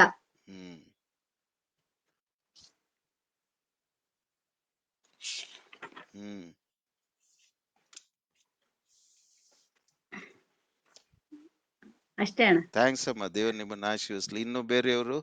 ರೆಡ್ಡಿ ಅಣ್ಣ, ಅವಿನಾಶ್, ಪೂರ್ಣಿಮಾ. ಹೇಳಿಮ್ಮ ಪೂರ್ಣಿಮಮ್ಮ. ನಮಸ್ತೆ. ನೆಲಮಂಗಲ ಪೂರ್ಣಿಮಮ್ಮ. ಅಲ್ಲ, ದ್ವಾರಕ ನಗರ ಪೂರ್ಣಿಮಾ. ದ್ವಾರಕ ನಗರ, ಹೇಳಿಮ್ಮ. ಅದೇ ಕಾಣಿಕೆ ವಿಷಯದಲ್ಲಿ ಅಂದ್ರೆ, ದೇವರು ನಮಗೆ ಕರುಣೆಯಿಂದ ಕೃಪೆ ತೋರಿ ನಮ್ಮನ್ನ ನಡೆಸ್ತಿರ್ತಾನೆ. ಆ ದೇವರಿಗೆ ನಮ್ಮ ಮನಸ್ಫೂರ್ತಿಯಾಗಿ ನಮ್ ಕೈಲಿ ನಿಗದಿ ಮಾಡ್ಕೊಂಡಿರೋಂತ ಹಣನ ಫಸ್ಟ್ ನಾವು ತೆಗ್ದಿಟ್ಟು, ಆಮೇಲೆ ನಮಗೆ ಏನೇನು ಬೇಕು ಏನು ಎತ್ತ ಅನ್ನೋದು ಲೀಸ್ಟ್ ಮಾಡ್ಕೊಂಡು ಅದನ್ನ ಎಲ್ಲಾನು ಸರಿಪಡಿಸ್ಕೊಂತ ಬಂದ್ರೆ ಎಲ್ಲರೂ ಸರಿ ಹೋಗುತ್ತೆ ಅನ್ನೋದು ನನ್ನ ಒಂದು ನಿರ್ಧಾರ. ದೇವ್ರು ನಿಮ್ಮನ್ನ ಆಶೀರ್ವದಿಸ್ಲಿ. ಪ್ರತಿಷ್ಠೆ. Thank you. ಬೇರೆಯವರು? ಹೌದು. ಥ್ಯಾಂಕ್ ಯು ಅಮ್ಮ. ಬೇರೆಯವರು ಮಾತಾಡ್ರಿ. ನಮಸ್ತೆ ಅಣ್ಣ. ನಮಸ್ತೆ ಅಪ್ಪ ಅವಿನಾಶ್. ಅಣ್ಣ, ನೀವು ಸಭೆ ಮತ್ತು ಸಭಾಪಾಲಕರು ನಮ್ಗೆ ಯಾವ ರೀತಿ ಅಂಕಲ್ ಇದ್ದಾಗ್ಲೂ ಕೂಡ ಇದೇ ವಚನಗಳನ್ನ ಹಿಡಿದು ನಮಗೆ ಹೇಳಿದಂತ ರೀತಿಯಲ್ಲಿ ನಿರ್ದಿಷ್ಟವಾಗಿ ನೀವು ದಶಮಾಂಶ ಅಂತ ನಮಗೆ ನಿರ್ದಿಷ್ಟವಾಗಿ ಕಾಣಿಕೆ ಅಂತ ನಾವು ಏನ್ ಯೋಜನೆ ಹಾಕೊಂಡಿದ್ವೋ ಆ ರೀತಿಯಲ್ಲಿ ಎತ್ತಿಟ್ಟ ಮೇಲೆ ಬೇರೆದಕ್ಕೆಲ್ಲ ಖರ್ಚು ಮಾಡೋದಕ್ಕೆ ಬಹಳಷ್ಟು ಅನುಕೂಲ ಆಗುತ್ತೆ. ಅದು ಒಂದ್ ರೀತಿ ಸರಿನೇ. ಆದ್ರೆ ನೀವ್ ಇವತ್ತು ಹೇಳಿದಾಗ ಮತ್ತೆ ಆಮೇಲೆ ಕೆಲವೊಂದ್ಸತಿ ನಮ್ಗೆ ಆ ನಿರ್ದಿಷ್ಟವಾದವಾಗಿ ಎತ್ತಿಟ್ಟಂದ ಆದ್ಮೇಲೂ ಕೂಡ ಇನ್ನೂ ಇದು ಮನ್ಸಿಗೆ ಇನ್ನೂ ಸಮಾಧಾನ ಆಗ್ಲಿ, ಇನ್ನೂ ಎತ್ತಿಡ್ಬೇಕು, ಇನ್ನೂ ಕೊಡ್ಬೇಕು ಅಂತ ಮನ್ಸಿಗೆ ಅನ್ಸ್ತತೆ. ಆದ್ರೆ ಕೆಲವೊಂದ್ಸಲ ಬೇರೆ ಬೇರೆ ಕಮಿಟ್ಮೆಂಟ್ ಅಂತ ಬಂದಾಗ ಆ ಕಡೆನೂ ಮಾಡ್ಲೇಬೇಕಾಗಿರೋಂತ ಕೆಲವೊಂದ್ ಕೆಲ್ಸಕ್ಕೆ ಕೊಡ್ಬೇಕು ಅನ್ಸುತ್ತೆ. ಅವಾಗ ಒಂದೊಂದ್ಸಲ ಮನ್ಸಿಗೆ ಇಕ್ಕಟ್ಟಾಗ್ತದೆ. ಒಂಥರ ನಾವು ಇದನ್ನ ಹೇಳ್ತಾರೆ ಅಣ್ಣ, ಅಕ್ಕಿ ಮೇಲೂ ಆಸೆ ನೆಂಟ್ರ ಮೇಲೂ ಪ್ರೀತಿ ಅಂತ, ಹಂಗಾಗ್ಬಿಡುತ್ತೆ. ಒಂದೊಂದ್ಸಲ ಇನ್ನೂ ಕೊಡ್ಬೇಕು ಅಂತ ಆಸೆ, ಒಂದೊಂದ್ಸಲಿ ಬೇರೆ ಏನೋ ಇನ್ನೊಂದು ಅದು ಬೇಕಲ್ಲ ಅಂತ ಅನ್ಸುತ್ತೆ. ಕೆಲವೊಂದ್ಸಲಿ ನೀವ್ ಹೇಳ್ದಂಗೆ ಕೆಲವೊಂದು ಇದನ್ನ ಬೇಡ ಅಂತ ಕೆಲವೊಂದ್ಸಲಿ ನಿರ್ದಿಷ್ಟವಾಗಿ ನಾವು ಎಕ್ಸೆಸ್ ಅವುಗಳನ್ನ ತ್ಯಜಿಸ್ಬೇಕಾಗುತ್ತೆ, ತ್ಯಾಗ ಮಾಡ್ಬೇಕಾಗತ್ತೆ. ಅಂತ ಒಂದು ಸಂದರ್ಭದಲ್ಲಿ ಬಹಳಷ್ಟು ಮನ್ಸಿಗೆ ಕಸಿವಿಸಿ ಅನ್ಸುತ್ತೆ, ಅದ್ ಬೇಡ ಅನ್ನೋ ಅನ್ಸುತ್ತೆ. ಇದ್ ಯಾಕೆ ನಿಮ್ಗೆ ಅಂತ ಒಂದೊಂದ್ಸಲಿ ಲೌಕಿಕವಾಗಿ ಬೇಕು ಅಂತಾನು ಅನ್ಸುತ್ತೆ. ಬಹಳಷ್ಟು ಅವಾಗ ಮನಸ್ಸಿಗೆ ಒದ್ದಾಟ ಆಗ್ತದೆ ಅಣ್ಣ. ಆ ತರದೊಂದು ಪರಿಸ್ಥಿತಿಗಳು ನಾನು ಅನುಭವಿಸಿದೆ. ಅದು ಏನೋ ಅವಾಗ ಬಟ್ ದೇವ್ರ ಕೃಪೆ ಕೇಳ್ತೀನಿ ಒಂದೊಂದ್ಸಲ. ಆ ತರ ಒಂದು ಕೆಲವೊಂದು ಸನ್ನಿವೇಶಗಳು ಬರ್ತವೆ. ಬಟ್ ಅದಕ್ಕೆಲ್ಲದಕ್ಕಿಂತನೂ ನಿರ್ದಿಷ್ಟವಾಗಿ ನಾವು ನೀವೇನ್ ಹೇಳಿದ್ರಲ್ಲ ದಶಮಾಂಶ ಅಂತ, ಅದು ಬಹಳಷ್ಟು ಅನುಕೂಲ ಆಗತ್ತೆ. ಅವಾಗ ಆ ನಿರ್ದಿಷ್ಟತೆ ನಮ್ಗೆ ಬಹಳಷ್ಟು ಅದನ್ನ ತಿಡ್ಲೇಬೇಕು ಅಂತ ಅದನ್ನ ಏನು ಮುಟ್ಟಲ್ಲ, ಅದು ನಮಗೆ ಅನುಕೂಲ ಆಗತ್ತೆ ಅಣ್ಣ. Thank you. ಥ್ಯಾಂಕ್ ಯು ಅಣ್ಣ, ಧನ್ಯವಾದಗಳು. ಕಾನ್ಫ್ಲಿಕ್ಟಿಂಗ್ ಸಿಚುಯೇಷನ್ಸ್ ಬಂದಾಗ you need to write down and prioritise which needs higher priority, which needs lower priority. So ಅದನ್ನ ನೀವು ಬರೆದಾಗ ಪರಿಶುದ್ಧಾತ್ಮನು ಬರಿತಾ ಅಲ್ಲಿ ಕ್ಲಾರಿಟಿ ಕೊಟ್ಟು ನಿಮ್ಮ ಹೃದಯಕ್ಕೆ ತಕ್ಕಂತೆ ಪರಿಶುದ್ಧಾತ್ಮನು ಸ್ಪಂದಿಸಿ ನೀವು ಮಾಡುವಂಥದ್ದನ್ನ ಮಾಡುವಂತ ಇನ್ನಷ್ಟು ನಿಮ್ಮನ್ನ ಆತನು he will encourage you. That is small secret. You just ಆ ತರ ಕಾನ್ಫ್ಲಿಕ್ಟಿಂಗ್ ಬಂದಾಗ, ಡೂಪ್ಲಿಕೇಟಿಂಗ್ ಥಾಟ್ಸ್ ಬಂದಾಗ you need to prioritise while writing. ಅಷ್ಟೇ Avinash, small clue. Thank you ಅಣ್ಣ. Thank you. ಬೇರೆಯವರು? ಅಂಕಲ್, ನಾನು ಶುಭಮ್ಮ. ನಾನು ಮುಂಚೆ ಒಂದ್ಸರ್ತಿ ನನ್ಗೆ ಈ ತರ ಒಂದು ಕಾನ್ಫ್ಲಿಕ್ಷನ್ ಆಗ್ಬಿಟ್ಟಿತ್ತು. ಆ ಟೈಮಲ್ಲಿ ನಿಮ್ಮ ಹತ್ರ ಒಂದ್ಸರ್ತಿ ನಾನು ಕಾಲ್ ಮಾಡಿ ಕೇಳಿದ್ದೆ ಅಂಕಲ್ ಏನಂತ. ಆ ಟೈಮ್ಗಿಂತ ಇವಾಗ ನನ್ಗೆ ಇನ್ನೂ ಬೆಟರ್ ಆಗಿ ಅರ್ಥ ಆಗಿದೆ. ಇವತ್ತು ಇಲ್ಲಿ ಎಷ್ಟೊಂದ್ ಟೈಪ್ಸ್ ಆಫ್ ಕಾಣಿಕೆಗಳಿವೆ. ನಾನ್ ಅನ್ಕೊಳ್ತಾ ಇದ್ದೆ ಇದು ಕಾನ್ಸಂಟ್ರೇಟೆಡ್ ಅಂದ್ರೆ 10% ಟೈಟ್ಸ್, ಆಮೇಲೆ ಸ್ಯಾಕ್ರಿಫಿಷಿಯಲ್ ಇವೆಲ್ಲ. ನಾನ್ ಅನ್ಕೊಂಡ್ ಎಷ್ಟಂತ ಕೊಡ್ಬೇಕು ಕಾಣಿಕೆ? 10% ಅಂದ್ರೆ ಅದ್ರಲ್ಲಿ ಇವಾಗ ಲೈಕ್ ನಮ್ಗೆ ಬೇರೆ ಬೇರೆ ಏನೋ ಕಮಿಟ್ಮೆಂಟ್ಸ್ ಇರುತ್ತೆ, ಇನ್ನು ಇದು ಸಪ್ರೇಟಾ ಅಂತ. ಹಾಗೆ ಅಂದ್ರೆ ಎಷ್ಟೊಂದು ಕೊಡ್ಬೇಕೇನೋ ಕಾಣಿಕೆ, ಇನ್ನೂ ಕಮ್ಮಿ ಏನೋ ಕೊಡ್ತಾ ಇರೋದಂತ ಏನೋ ಒಂದು ರೀತಿನಲ್ಲಿ ಡೌಟ್ ಅಥವಾ ಅಸಮಾಧಾನ, ಸ್ಯಾಟಿಸ್ಫ್ಯಾಕ್ಷನ್ ಇರ್ಲಿಲ್ಲ. ಇವಾಗ ಲಾಸ್ಟ್ 5 minutes ಅಲ್ಲಿ ಈಗ 100% ಸ್ಯಾಲ್ರಿ ಅಂದ್ರೆ ಈಗ 25% ಸೇವಿಂಗ್, ಮತ್ತೆ ಅದ್ ಹೆಂಗೆ ಕ್ಲಾಸಿಫೈ ಮಾಡಿದ್ರಲ್ಲ ಅಂಕಲ್, ಅದ್ರಲ್ಲಿ ನನ್ಗೆ ತುಂಬಾ ಜಾಸ್ತಿ ಕ್ಲಾರಿಟಿ ಸಿಕ್ತು. ಲೈಕ್ 75% ಅಲ್ಲಿ 10% ನ ಎಲ್ಲಾ ತರ ಕಾಣಿಕೆನು ಅದ್ರಲ್ಲಿ ಅದು ಕ್ಯಾಟಗರೈಸ್ ಆಯ್ತು. ಅದ್ರಲ್ಲಿ ನನ್ಗೆ ಸ್ವಲ್ಪ ರಿಲ್ಯಾಕ್ಸ್ ಆಯ್ತು. ಓಕೆ, ಈ ತರ ಮಾಡಿದ್ರೆ ಓಕೆ ಅಂತ. ನಾನು ಮುಂಚೆ ಏನ್ ಅನ್ಕೊಳ್ಳೆ, 10% ಟೈಟ್ಸ್ ಅದು ಸಪ್ರೇಟು, ಇದು ಸಪ್ರೇಟು, ಅದು ಸಪ್ರೇಟು, ಎಲ್ಲ ಅಯ್ಯೋ ಎಷ್ಟು ಕೊಡ್ಬೇಕು ಅಂತ ಒಂದು ರೀತಿನಲ್ಲಿ ಒಂಥರ ಚೇರ್ಫುಲ್ ಆಗಿ ಕೊಡ್ಲಿಕ್ಕೆ ಆಗ್ದಿರಂತ ಪರಿಸ್ಥಿತಿ ಬರ್ತಾ ಇತ್ತು. ಏನೋ ಭಾರ, ಏನೋ ಭಯದಿಂದ ಕೊಡೋ ರೀತಿನಲ್ಲಿ ಇತ್ತು. ಸೊ ಇದು ಕ್ಲಾಸಿಫಿಕೇಶನ್ ನನ್ಗೆ ಇಷ್ಟ ಆಯ್ತು. ಮತ್ತೆ ಇನ್ನೊಂದು ಇಯರ್ಲಿ 1 time ಬಟ್ಟೆ ಕೊಂಡ್ಕೊಳ್ಬೇಕು ಅಂತ ಬಂತು. ಅದು ಸ್ವಲ್ಪ ತುಂಬಾ ಕಷ್ಟ ಅನ್ಸುತ್ತೆ. ಅಯ್ಯೋ ಹೌದಾ ಅಂತ, ಒಂದೇ ಟೈಮಾ ಅಂತ. ನೀನು ಮೋಸ್ಟ್ಲಿ ಅಷ್ಟು ಮನ್ಸನ್ನ ಇನ್ನು ಹಂಬಲ್ ಮಾಡ್ಕೊಳ್ಬೇಕು ಏನೋ ಅಂಕಲ್, ಅದ್ರ ವಿಷಯದಲ್ಲಿ ಇನ್ನೂ ಒಪ್ಪಿಸ್ಕೊಡ್ಬೇಕು. ಗುಡ್ ಅಮ್ಮ. ಸಾಮಾನ್ಯ ಡಿಪೆಂಡ್ಸ್ ಅಪಾನ್ ಯುವರ್ ಕಾನ್ಸಿಕ್ರೇಷನ್. ಹೃದಯದಲ್ಲಿ ನೀವು ನಿರ್ಣಯಿಸಿಕೊಂಡ ಪ್ರಕಾರ ದಶಮಾಂಶದ ಕಾಣಿಕೆ, ಅದು ಹೊರತುಪಡಿಸಿ other tithes offerings you can manage from other sacrifices, repeated tours, continuous picnics, continuous shopping. ಕೆಲವ್ರಿಗೆ ತಿನ್ನೋ ಹುಚ್ಚು ಜಾಸ್ತಿ, ಅದನ್ನ ಕಟ್ ಮಾಡ್ಕೊಂಡ್ರೆ ಒಂದು ಔದಾರ್ಯದ ಕಾಣಿಕೆ, ಉದಾರದ ಕಾಣಿಕೆ, ತ್ಯಾಗಪೂರಿತವಾದಂತ ಕಾಣಿಕೆ it can be given.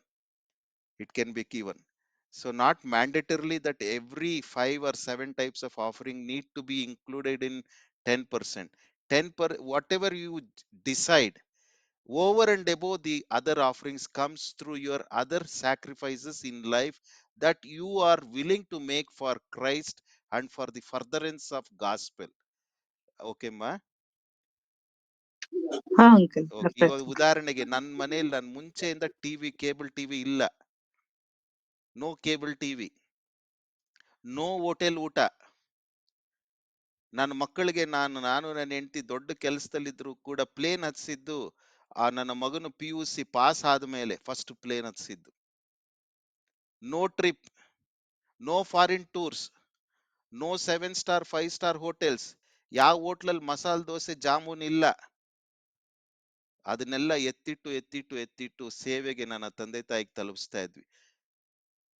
ಒಂದು ವೇಳೆ ಟ್ರಿಪ್ಗೆ ಹೋಗಿ ಬಂದ್ರೆ 15,000 ರೂಪಾಯಿ ಖರ್ಚಾದ್ರೆ ಅದ್ರಲ್ಲಿ 10% ತೆಗಿತಿದ್ದೆ. 1,500 ರೂಪಾಯಿ ತೆಗೆದು ನಮ್ಮಪ್ಪ ಕೊಡ್ತಾ ಇದ್ದೆ. ಬಟ್ಟೆ 5,000 ರೂಪಾಯಿ ಬಟ್ಟೆ ತೆಗೆದ್ರೆ 500 ರೂಪಾಯಿ ತೆಗೆದು ಕೊಡ್ತೆ. ಯಾಕಂದ್ರೆ 5,000 ರೂಪಾಯಿ ತಗೊಳ್ಳೋ ಬಟ್ಟೆ ಶಕ್ತಿ ಕೊಟ್ಟಿದ್ದಾನಲ್ಲ ದೇವ್ರಿಗೆ, ಅದ್ರಲ್ಲಿ 10% ನಾನು ತೆಗಿಯಕ್ಕಾಗಲ್ವಾ? ಟ್ರಿಪ್ಗೆ 20,000 ರೂಪಾಯಿ ಖರ್ಚು ಮಾಡ್ತೀನಿ, 2,000 ರೂಪಾಯಿ ಅದರಲ್ಲಿ ಒಂದು ಊಟದ ಖರ್ಚು ಅಥವಾ ಒಂದು ರೂಮ್ ರೆಂಟ್ ಖರ್ಚು ಅಂತ ಕೊಡಕ್ಕಾಗಲ್ವಾ? ದಿಸ್ ವಾಸ್ ಮೈ ಡೆಡಿಕೇಶನ್ ನಮ್ಮ. This was how I was making over and above 10% offerings. ಪ್ರತಿಯೊಂದರಲ್ಲೂ I had made a consecration in my life 10%. 10% ಸಂಬಳದಲ್ಲಿ plus ಖರ್ಚು ಮಾಡೋದ್ರಲ್ಲಿ. ಹಾಗಾಗಿ ಮಲಾಕಿ ಬರೆದ ಪತ್ರಿಕೆ ಪ್ರವಾದ್ಯ ಪುಸ್ತಕದ ಪ್ರಕಾರ ನೀವು ಕೊಟ್ಟು ನನ್ನನ್ನ ಪರೀಕ್ಷಿಸ್ರಿ, ಮೇಲ್ನಿಂದ ಏನ್ ಮಾಡ್ತೀನಿ ಅಂತ ಹೇಳ್ದ ದೇವರು, ಸುವರಗಳನ್ನ ಸುರಿಸ್ತೀನಿ, ಹಾಗೆ ಮಾಡ್ತೀನಿ. So the other apart from your consecrated offering, the other offerings comes through your sacrifices. Eating habits, ಕೆಲವ್ರಿಗೆ ಬೇಕರಿ ಹುಚ್ಚು ಜಾಸ್ತಿ, ಸಾಯಂಕಾಲ ಹೊತ್ತು ಚಾಟ್ಗಳು ತಿನ್ನೋದು ಹುಚ್ಚು ಜಾಸ್ತಿ, ಪ್ರತಿ ವಾರ ವೀಕೆಂಡ್ ಹೋಗಿ ತಿನ್ನೋ ಹುಚ್ಚು ಜಾಸ್ತಿ, ತಿಂಗಳಿಗೊಂದ್ಸತಿ ವಾರಕ್ಕೆ ದಿಢೀರ್ ಅಂತ ರಿಸಾರ್ಟ್ಗೆ ಹೋಗೋ ಹುಚ್ಚು ಜಾಸ್ತಿ, ಸುಮ್ನೆ ಗಾಡಿ ಸ್ಟಾರ್ಟ್ ಮಾಡ್ಕೊಂಡು ಹೋಗಿ ತಿರುಗಿಕೊಂಡು ಬರೋ ಹುಚ್ಚು ಜಾಸ್ತಿ.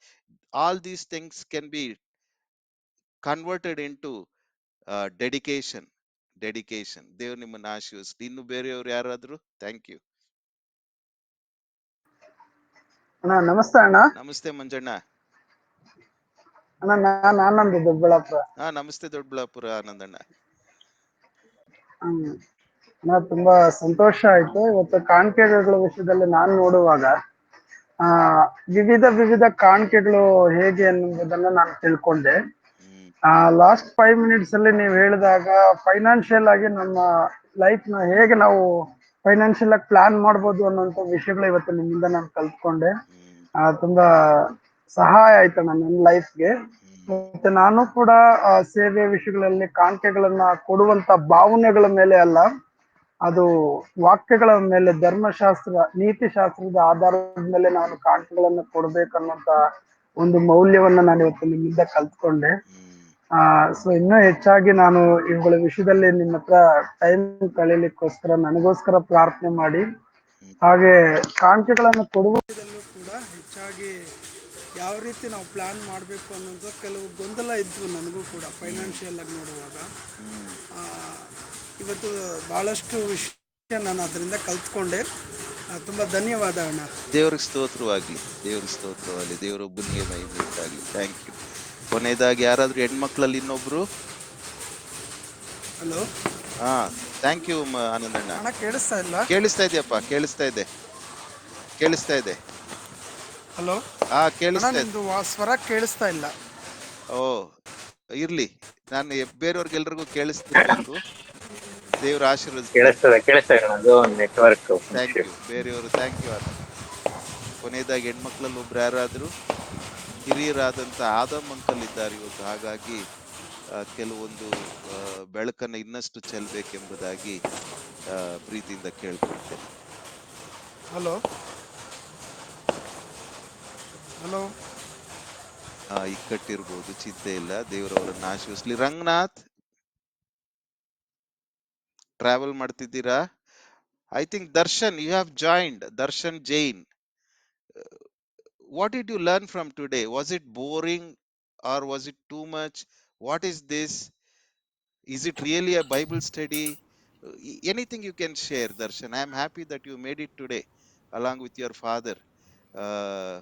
So I'm very thankful and I praise God. What is that you learned, which Holy Spirit encouraged you? Anything you can share. ಕನ್ನಡದಲ್ಲಿ ಹೇಳಿದ್ರೆ ಒಳ್ಳೇದು, ಯಾಕಂದ್ರೆ ಇಲ್ಲಿ ಇರ್ತಕ್ಕಂಥವ್ರು ಎಲ್ಲರೂ ಬಹುಮಟ್ಟಿಗೆ Kannada ಮಾತನಾಡುವಂತವ್ರು. It was good. It was good to listen about giving also. ನಾವು giving ಬಗ್ಗೆ ಕೇಳಬೇಕು, ಓದಬೇಕು. ಅದು Bible, it is a part of Bible, giving also. So tithing and giving, how it is a much debatable topic, but good to hear a new point of view. So we'll still think about it. We'll make no comments on it now. Thank you, Darshan. God bless you. Thank you. Yes. Okay, ಕೊನೆಯದಾಗಿ ಯಾರಾದ್ರೂ ಮುನ್ಲಕ್ಷ್ಮಣ್ಣ ಸಾರಾಂಶವನ್ನ ಕ್ರೋಢೀಕರಿಸಿ ಪ್ರಾರ್ಥನೆ ಮಾಡ್ಬೇಕೆಂಬುದಾಗಿ ಪ್ರೀತಿಯಿಂದ ಕೇಳ್ಕೊಳ್ತೇನೆ.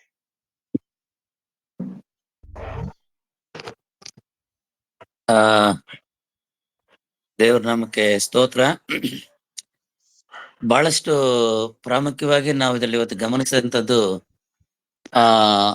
ದೇವರಿಗೆ ಕೊಡುವಂತ ವಿಷಯದಲ್ಲಿಯೂ ಮತ್ತು ಕೊಡಬೇಕಾದಂತ ಕೆಲವು ವಿಧಾನಗಳ ವಿಷಯದಲ್ಲಿ ಬಹಳ ಸ್ಪಷ್ಟವಾಗಿ ವಾಕ್ಯಾಧಾರದಿಂದ ದೇವರು ಮಾತನಾಡಿದ್ದಾರೆ. ಕೊಡ್ಬೇಕನ್ನುವುದು ಬರೀ ಹೇಳಿಕೆ ಮಾತ್ರ ಅಲ್ಲ, ಅಥವಾ ಭಾವನಾತ್ಮಕವಾದಲ್ಲ. ಎಲ್ಲವೂ ಸಹಿತ ದೇವರ ವಾಕ್ಯದ ಬೆಳಕಿನಲ್ಲಿ ಔದಾರ್ಯದ ಕಾಣಿಕೆ, ಉಪಕಾರದ ಕಾಣಿಕೆ, ಕೃತಜ್ಞತೆಯ ಕಾಣಿಕೆ ಮತ್ತು ತ್ಯಾಗಪೂರಿತ ಕಾಣಿಕೆ, ಇಷ್ಟು ವಿಧವಾದಂತಹ ಕಾಣಿಕೆಗಳಿದೆ ಅನ್ನೋದನ್ನ ಬಹಳ ಸ್ಪಷ್ಟವಾಗಿ ವಾಕ್ಯಾಧಾರದಿಂದ ನಾವೀಗ ಧ್ಯಾನ ಮಾಡಿದ್ವಿ. ಜೊತೆಗೆ ದೇವರ ಸೇವಕರಿಗೆ ಕೊಡುವಂತ ಕಾಣಿಕೆಯು ಸಹಿತ ಅಲ್ಲಿ ನಾವು ಅವ್ರಿಗೆ ಎಷ್ಟೇ ಅನುಕೂಲಗಳಿದ್ರೂ ಸಹ ನಾವು ಕೊಡಬೇಕಾದ ಕಾಣಿಕೆಯನ್ನು ಅವ್ರಿಗೆ ಕೊಡ್ತೇವೆ. ನಾವೇ ಊಹಿಸ್ಕೊಂಡು ಅವ್ರಿಗೆ ಅನುಕೂಲ ಇದೆ, ಎಲ್ಲಾ ವ್ಯವಸ್ಥೆಗಳಿದೆ ಅಂತೇಳಿ ನಾವು ಅದನ್ನ ತಡೆಯುವಂಥದ್ದಲ್ಲ. ಹಾಗೆ ಸೇವಕರು ತೆಗೆದುಕೊಂಡಂತ ಸೇವಕರು ಕಾಣಿಕೆಯನ್ನ ಅವರು ತಮ್ಮ ಜೀವನಕ್ಕೆ ಏನ್ ಅಗತ್ಯ ಅದನ್ನ ಅವರು ಪ್ರತ್ಯೇಕ ಮಾಡಿಕೊಂಡು ಉಳಿದ ಆ ಕಾಣಿಕೆಯನ್ನ, ಇಷ್ಟೊಂದು ಕಾಣಿಕೆ ಬಂದಿದೆ ಅಂತ ಹೇಳಿದ ಎಲ್ಲವನ್ನು ಅವರು ಉದಾರವಾಗಿ ಬಳಸುವಂತದಕ್ಕೆ ಅವಕಾಶ ಇಲ್ಲ. ಅದನ್ನ ಸೇವೆಗೆ, ಆತ್ಮಗಳ ಕುರಿಗಳ ಒಂದು ಪೋಷಣೆಗೆ ಮತ್ತು ಆತ್ಮಿಕ ಅಭಿವೃದ್ಧಿಗೆ ಅದನ್ನು ವೆಚ್ಚ ಮಾಡಬೇಕು ಅಂತಕ್ಕಂಥದನ್ನ ತನ್ನ ಜೀವನಕ್ಕೂ ಮತ್ತು ಕುರಿಗಳ ಅಭಿವೃದ್ಧಿಗೆ ಯೋಚನೆ ಮಾಡ್ಬೇಕೆಂಬುದನ್ನ ವಾಕ್ಯದಿಂದ ಕಲ್ತ್ಕೊಂಡ್ವಿ. ಈ ಒಂದು ಉದಾಹರಣೆಗೆ ಪುನೀತ್ ಅಂಕಲ್ ಅವರು ತಮ್ಮ ಜೀವಿತ ಕಾಲಗಳಲ್ಲಿ ತನ್ನ ಜೀವಿತದ ಕಡೆಗೆ, ತನ್ನ ಕುಟುಂಬದ ಕಡೆಗೆ ಆಲೋಚಿಸದೆ ಬಂದಂತ ಕಾಣಿಕೆಗಳೆಲ್ಲವನ್ನ ಈ ತರ ಕೂಡಿಸಿ ಅದಕ್ಕೆ ಒಂದು ನಿದರ್ಶನವಾಗಿ 7 ಸಭೆಗಳಿಗೆ ಅದು ಅದರ ಅಭಿವೃದ್ಧಿಗೆ ಖಂಡಿತವಾಗಲು ಅದು ನಾವು ಕಾಣ್ತಾ ಇದ್ದೇವೆ, ನೋಡಿದ್ದೇವೆ, ಕೇಳಿದ್ದೇವೆ, ಇವತ್ತು ಅದನ್ನು ಅನುಭವಿಸ್ತಾ ಇದ್ದೇವೆ. ಹಾಗಾಗಿ ನಾವುಗಳು ಇವತ್ತು ರಕ್ಷಣೆ ಹೊಂದಿರತಕ್ಕಂಥದ್ದು ಬಹುಜನರ ತ್ಯಾಗ ಬಲಿದಾನದಿಂದನೇ ಹೊರತುವೆ ಅದು ನಾವು ಸುಖದಿಂದ ಪಡ್ಕೊಂಡದಲ್ಲ. ಅದು ನಮ್ಮಷ್ಟಕ್ಕೆ ನಾವು ಪಡ್ಕೊಂಡದಲ್ಲ. ನನ್ನ ಮನೆ ಬಾಗಿಲಿಗೆ ಈ ಸುವಾರ್ತೆ ಬಂದಿರುವುದಾಗಿದ್ದರೆ ಅನೇಕರ ಕಣ್ಣೀರಿನ ಮೊರೆಗಳು ಮಾತ್ರವಲ್ಲ, ಅನೇಕರು ಮೊಣಕಾಲುಗಳು, ಅನೇಕರ ಕರಗಳು, ಹಸ್ತಗಳು ಅವರು ಚಾಚಿ ಸಹಾಯ ಮಾಡಿದ್ದಾರೆ. ಆದ್ದರಿಂದ ಪ್ರತ್ಯಕ್ಷವಾಗಿಯೂ ಪರೋಕ್ಷವಾಗಿಯೂ ದೇವರ ಸೇವೆಗೆ ಕೊಟ್ಟು ಅನೇಕರನ್ನ ರಕ್ಷಣೆಗೆ ತರುವುದಕ್ಕೆ ಅದು ಮಾರ್ಗವಾಗಿದೆ. ಅದರಿಂದ ಪಡ್ಕೊಳ್ಳೋದಕ್ಕಿಂತಲೂ ಕೊಡುವುದೇ ಹೆಚ್ಚಿನ ಭಾಗ್ಯ ಅನ್ನೋದು ಸಹಿತ ಅಪೊಸ್ತಲ ಕೃತ್ಯಗಳಲ್ಲಿ ನಾವು ನೋಡ್ತೇವೆ. ಹಾಗಾಗಿ ಈ ಒಂದು ಬೆಳಕಲ್ಲಿ ಇವತ್ತು ದೇವರು ತಿಳಿಸ್ಕೊಟ್ಟಂತ ಈ ಮಾರ್ಗದರ್ಶನಕ್ಕೂ ಮತ್ತು ಆಲೋಚನೆಗೂ ಮತ್ತು ಆತ್ಮಾವಲೋಕನೆಗೂ ಕೊಟ್ಟಂತ ಕೃಪೆಗಾಗಿ ನಾವು ಪ್ರಾರ್ಥನೆ ಮಾಡಿ ದೇವರ ಆತ್ಮನ ಸಹಾಯವನ್ನ ಕೇಳಿಕೊಳ್ಳೋಣ. ಮಹಾ ಪ್ರೀತಿ ಶಕ್ತಿ ತುಂಬಿದಂತ ಯೇಸು ಸ್ವಾಮಿ, ಈ ಒಂದು ವಿಶೇಷವಾದಂತ ಸತ್ಯವೇದ ಅಧ್ಯಯನದಲ್ಲಿ ಕರ್ತನೆ ಇವತ್ತು ನೀವು ಬಹು ಸ್ಪಷ್ಟವಾಗಿ ನೇರವಾಗಿ ನಿನ್ನ ಮಗನ ಮೂಲಕವಾಗಿ ನಮ್ಮೆಲ್ಲರ ಸಂಗಡ ಮಾತನಾಡಿದಕ್ಕಾಗಿ ಸ್ತೋತ್ರ ಸ್ವಾಮಿ. ಹೌದು ಕರ್ತನೆ, ಪ್ರತಿಯೊಂದು ಭಾಗವನ್ನು ಸ್ವಾಮಿ ವಾಕ್ಯದ ಬೆಳಕಿನಲ್ಲಿ ಬಹಳ ವಿವರವಾಗಿ ಸ್ವಾಮಿ ನೀನು ನಮಗೆ ತಿಳಿಸಿಕೊಟ್ಟಿದೆಯಪ್ಪ, ಸ್ತೋತ್ರ. ಕಾಣಿಕೆ ಕೊಡುವುದು ಕೇವಲ ಹಗುರವಾದ ಭಾವನೆಯಿಂದಾಗಲಿ ಅಥವಾ ಕನಿಕರ ಭಾವನೆಯಿಂದಾಗಲಿ, ಅಯ್ಯೋ ಪಾಪ ಅನ್ನೋದಾಗಲಿ ಅಲ್ಲ. ಅದು ನೀತಿಯಿಂದ ಕೂಡಿದ್ದಾಗಿದೆ, ದೇವರ ಮಹಿಮೆಯಿಂದ ಕೂಡಿದ್ದಾಗಿದೆ. ಕೊಡುವುದು ನಾನು ಅವರಿಗಲ್ಲ ದೇವರಿಗಾಗಿ ನಾನು ಮೀಸಲಾಗಿಡುವನಾಗಿದ್ದೇನೆ, ಇದು ದೇವರದ ಪಾಲು ಅನ್ನುವಂತ ಪ್ರತಿಷ್ಠಿತ ಆ ಜೀವಿತವನ್ನ ಸ್ವಾಮಿ ಇವತ್ತು ಮನವರಿಕೆ ಮಾಡಿಕೊಟ್ಟದಕ್ಕಾಗಿ ಸ್ತೋತ್ರ ಸ್ವಾಮಿ. ಮಾನವರಾದ ನಾವು ನಿನ್ನ ನಿಂಬಾಲಿಸುವಾಗ, ನಮ್ಮ ಜೀವಿತಗಳಲ್ಲಿ ಶಿಷ್ಯತ್ವದ ಶಿಸ್ತಿಗೆ ಒಳಪಡಿಸಿಕೊಳ್ಳುವಾಗ, ಶರೀರದ ಅನುಭವ, ಶರೀರದಲ್ಲಿರ್ತಕ್ಕಂಥ ಭಾವನೆಗಳು ನಮ್ಮನ್ನು ಸೆಳೆಯುವಾಗ ಆತ್ಮೀಕವಾಗಿ ಅವಲೋಕನ ಮಾಡಿಕೊಂಡು ಕಠಿಣವಾದಂತ ಕರ್ತನೆ ಕೆಲವು ಪ್ರತಿಷ್ಠೆ ಮಾಡಿಕೊಂಡು ತಕ್ಕದ್ದನ್ನ ತಕ್ಕ ಸಮಯದಲ್ಲಿ ಅದನ್ನ ಕ್ರೋಢೀಕರಿಸಿ ಕರ್ತನೆ ಉಪಯೋಗಿಸುವಂತ ವಿಧಾನ ಹೇಳಿಕೊಟ್ಟದಕ್ಕಾಗಿ ಸ್ತೋತ್ರ ಸ್ವಾಮಿ. ಈ ಒಂದು ಕರ್ತನೆ ಕಾಣಿಕೆಯನ್ನು ಬಳಸುವಂತ ವಿಧಾನ, ಬಂದಂತ ದುಡಿಮೆಯನ್ನ ನಾವು ಮುಂದಿನ ಭವಿಷ್ಯತ್ತಿಗೂ ಸಹಿತ ಉಳಿತಾಯ ಮಾಡ್ಬೇಕನ್ನುವಂಥದ್ದು, ಮತ್ತು ಏನು 75 ಭಾಗ ಶೇಕಡ ಇದೆ ಅದರಿಂದ ದೇವರ ಪಾಲೆಷ್ಟು, ನಮ್ಮ ದಿನನಿತ್ಯ ಅಗತ್ಯತೆಗಳ ಆಹಾರಗಳೆಷ್ಟು ಮತ್ತು ಖರ್ಚು ವೆಚ್ಚಗಳೆಷ್ಟು, ಅವೆಲ್ಲವುಗಳನ್ನ ಒಂದು ಪಟ್ಟಿ ಮಾಡುವಂತ ವಿಧಾನ ಇವತ್ತು ಹೇಳ್ಕೊಟ್ರಿ ಸ್ವಾಮಿ, ಅದಕ್ಕಾಗಿ ಸ್ತೋತ್ರ. ಹೀಗೆ ಕರ್ತನೆ, ನಮ್ಮ ಮನಸ್ಸುಗಳು ಒಂದು ಸಾರಿ ಇಷ್ಟು ಕೊಡ್ಬೇಕಾ ದೇವರಿಗೆ, ಇಷ್ಟು ಕೊಟ್ಟು ಸಾಲದೆ, ಕೇವಲ ದಶಮಾಂಶ ಕೊಟ್ಟರು ಮಾತ್ರ ಸಾಲದೆ ಅದಕ್ಕಿಂತ ಹೆಚ್ಚಿಗೆಯನ್ನು ಕೊಡ್ಬೇಕನ್ನುವಂತ ಈ ಒಂದು ವಿಧಾನಗಳು ನಮ್ಮ ಮನಸ್ಸಿನಲ್ಲಿ ಬರುವಂತ ಕರ್ತನೆ ಮಿಂಚಿನಂತ ಆಲೋಚನೆಗಳು. ಇದಕ್ಕೆ ಕರ್ತನೆ ಆತ್ಮನ ಸಹಾಯದಿಂದಲೂ ಮತ್ತು ನಾವು ಮಾಡುವಂತ ಪ್ರತಿಷ್ಠೆಯಿಂದಲೂ ಕರ್ತನೆ ನಿರೂಪಿಸುವಂತದ್ದಾಗಿದೆ ಸ್ವಾಮಿ. ಈ ದಿಶೆಯಲ್ಲಿ ನಮಗಿರುವಂತ ಚಂಚಲತ್ವವನ್ನ ನಿನ್ನ ಪವಿತ್ರದ ರಕ್ತದಿಂದ ತೊಳೆದು ಶುದ್ಧಿ ಮಾಡಿ ಧಾರಾಳವಾಗಿಯೂ ಔದಾರ್ಯವಾಗಿಯೂ ಉದಾರವಾಗಿಯೂ ಕೃತಜ್ಞತೆ ಉಳ್ಳವರಾಗಿಯೂ ನಾವು ಕರ್ತನೆ ನೀನು ಕೊಟ್ಟದ್ರಲ್ಲಿ ನಿನಗೆ ಕೊಡುವವರಾಗಿದ್ದೇವೆ ಸ್ವಾಮಿ. ಯಾಕಂದ್ರೆ ನೀವು ನಿಮ್ಮ ಸ್ವಂತ ಸ್ವತ್ತಲ್ಲ, ಕ್ರಯಕ್ಕೆ ಕೊಳ್ಳಲ್ಪಟ್ಟವರಾಗಿದ್ದೀರಿ ಎಂಬುದಾಗಿ ತಾವು ಹೇಳುವಾಗ, ನಾವೇ ನಮ್ಮ ಸ್ವಂತ ಸ್ವತ್ತಲ್ಲ ಅಂದ ಮೇಲೆ ನಾವು ದುಡಿದದ್ದು ಸಂಪಾದಿಸಿದ್ದು ನಮ್ಮದು ತಾನೇ ಹೇಗಾರಿತು?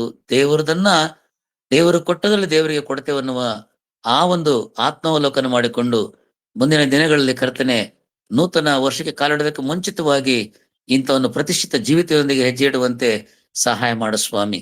ಬಂದಿರುವಂತೆಲ್ಲ ಪ್ರಿಯ ಮಕ್ಕಳಿಗಾಗಿ ಸ್ತೋತ್ರ ಸಲ್ಲಿಸ್ತೇನೆ ತಂದೆ. ಕರ್ತನೆ, ಇವತ್ತಿಷ್ಟು ಜನರನ್ನು ಸೇರಿಸಿದ್ದಕ್ಕಾಗಿ ಸ್ತೋತ್ರಪ್ಪ. ಇಂಥ ಒಂದು ಪ್ರಕಟಣೆ ಇವತ್ತು ಕೊಟ್ಟದಕ್ಕಾಗಿ ಸ್ತೋತ್ರ ದೇವರ. ಇಷ್ಟರ ಮಟ್ಟಿಗೆ ಅಬ್ಬಣ್ಣವ್ರ ಮೂಲಕವಾಗಿ ಸ್ವಾಮಿ ಎಲ್ಲ ಒಂದು ಜನರನ್ನು ಸನ್ನಿಹಿಸುವ ಹಾಗೆಯೂ ಈ ಒಂದು ವಿಧಾನವನ್ನ ಕರ್ತನೆ ಈ ಜೂಮ್ ಮೀಟಿಂಗ್ ಮೂಲಕವಾಗಿ ನಮಗೆ ಕಲ್ಪಿಸಿಕೊಟ್ಟದಕ್ಕಾಗಿ ಸ್ತೋತ್ರ ಸ್ವಾಮಿ.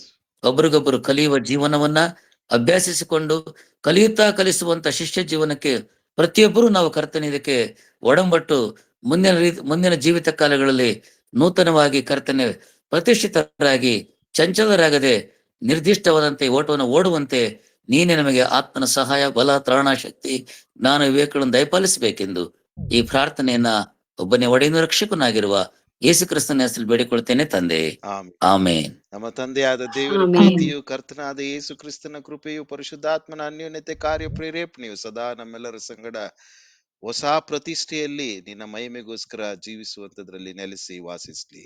ಆಮೇನ್. ಎಲ್ರಿಗೂ ಯೇಸು ಕ್ರಿಸ್ತನ ಹೆಸರಿನಲ್ಲಿ ವಂದನೆ. ಹಿರಿಯರಿಂದ ಹಿಡಿದು ಅತಿ ಸಣ್ಣ ಪ್ರಾಯದವರು ಎಲ್ರಿಗೂ ಯೇಸು ಕ್ರಿಸ್ತನಲ್ಲಿ ವಂದನೆ. Thank you all. God bless you. Thank you. ಯಥಾ ಪ್ರಕಾರ ಮಂಗಳವಾರ ಇರ್ತದೆ.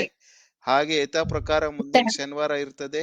ಯಥಾ ಪ್ರಕಾರ ಭಾನುವಾರ 6 ಗಂಟೆಗೆ ಯವನಸ್ಥರದ್ದು ಇರ್ತದೆ. ದೇವ್ರು ನಿಮ್ಮೆಲ್ಲರನ್ನ ಆಶೀರ್ವದಿಸ್ಲಿ. ಎಲ್ರು ವಿಡಿಯೋ ಆನ್ ಮಾಡ್ಕೊಂಬಿಡಿ. ನಾನು ಒಬ್ನೇ ಎಲ್ರಿಗೂ ನಮಸ್ಕಾರ ಹೇಳ್ತೀನಿ, ಆಮೇಲೆ ಕ್ಲೋಸ್ ಮಾಡ್ಕೊಳ್ಳೋಣ. ಓಕೆ ಅಣ್ಣ. Thank you all. ನಾನು ಒಬ್ನೇ ಎಲ್ರು ಹೆಸರು ಕರೆದು ನಮಸ್ಕಾರ ಹೇಳ್ಬಿಡ್ತೀನಿ. ನೀವು ಸುಮ್ನೆ ಸ್ಮೈಲ್ ಮಾಡಿ. Show your 32 teeths.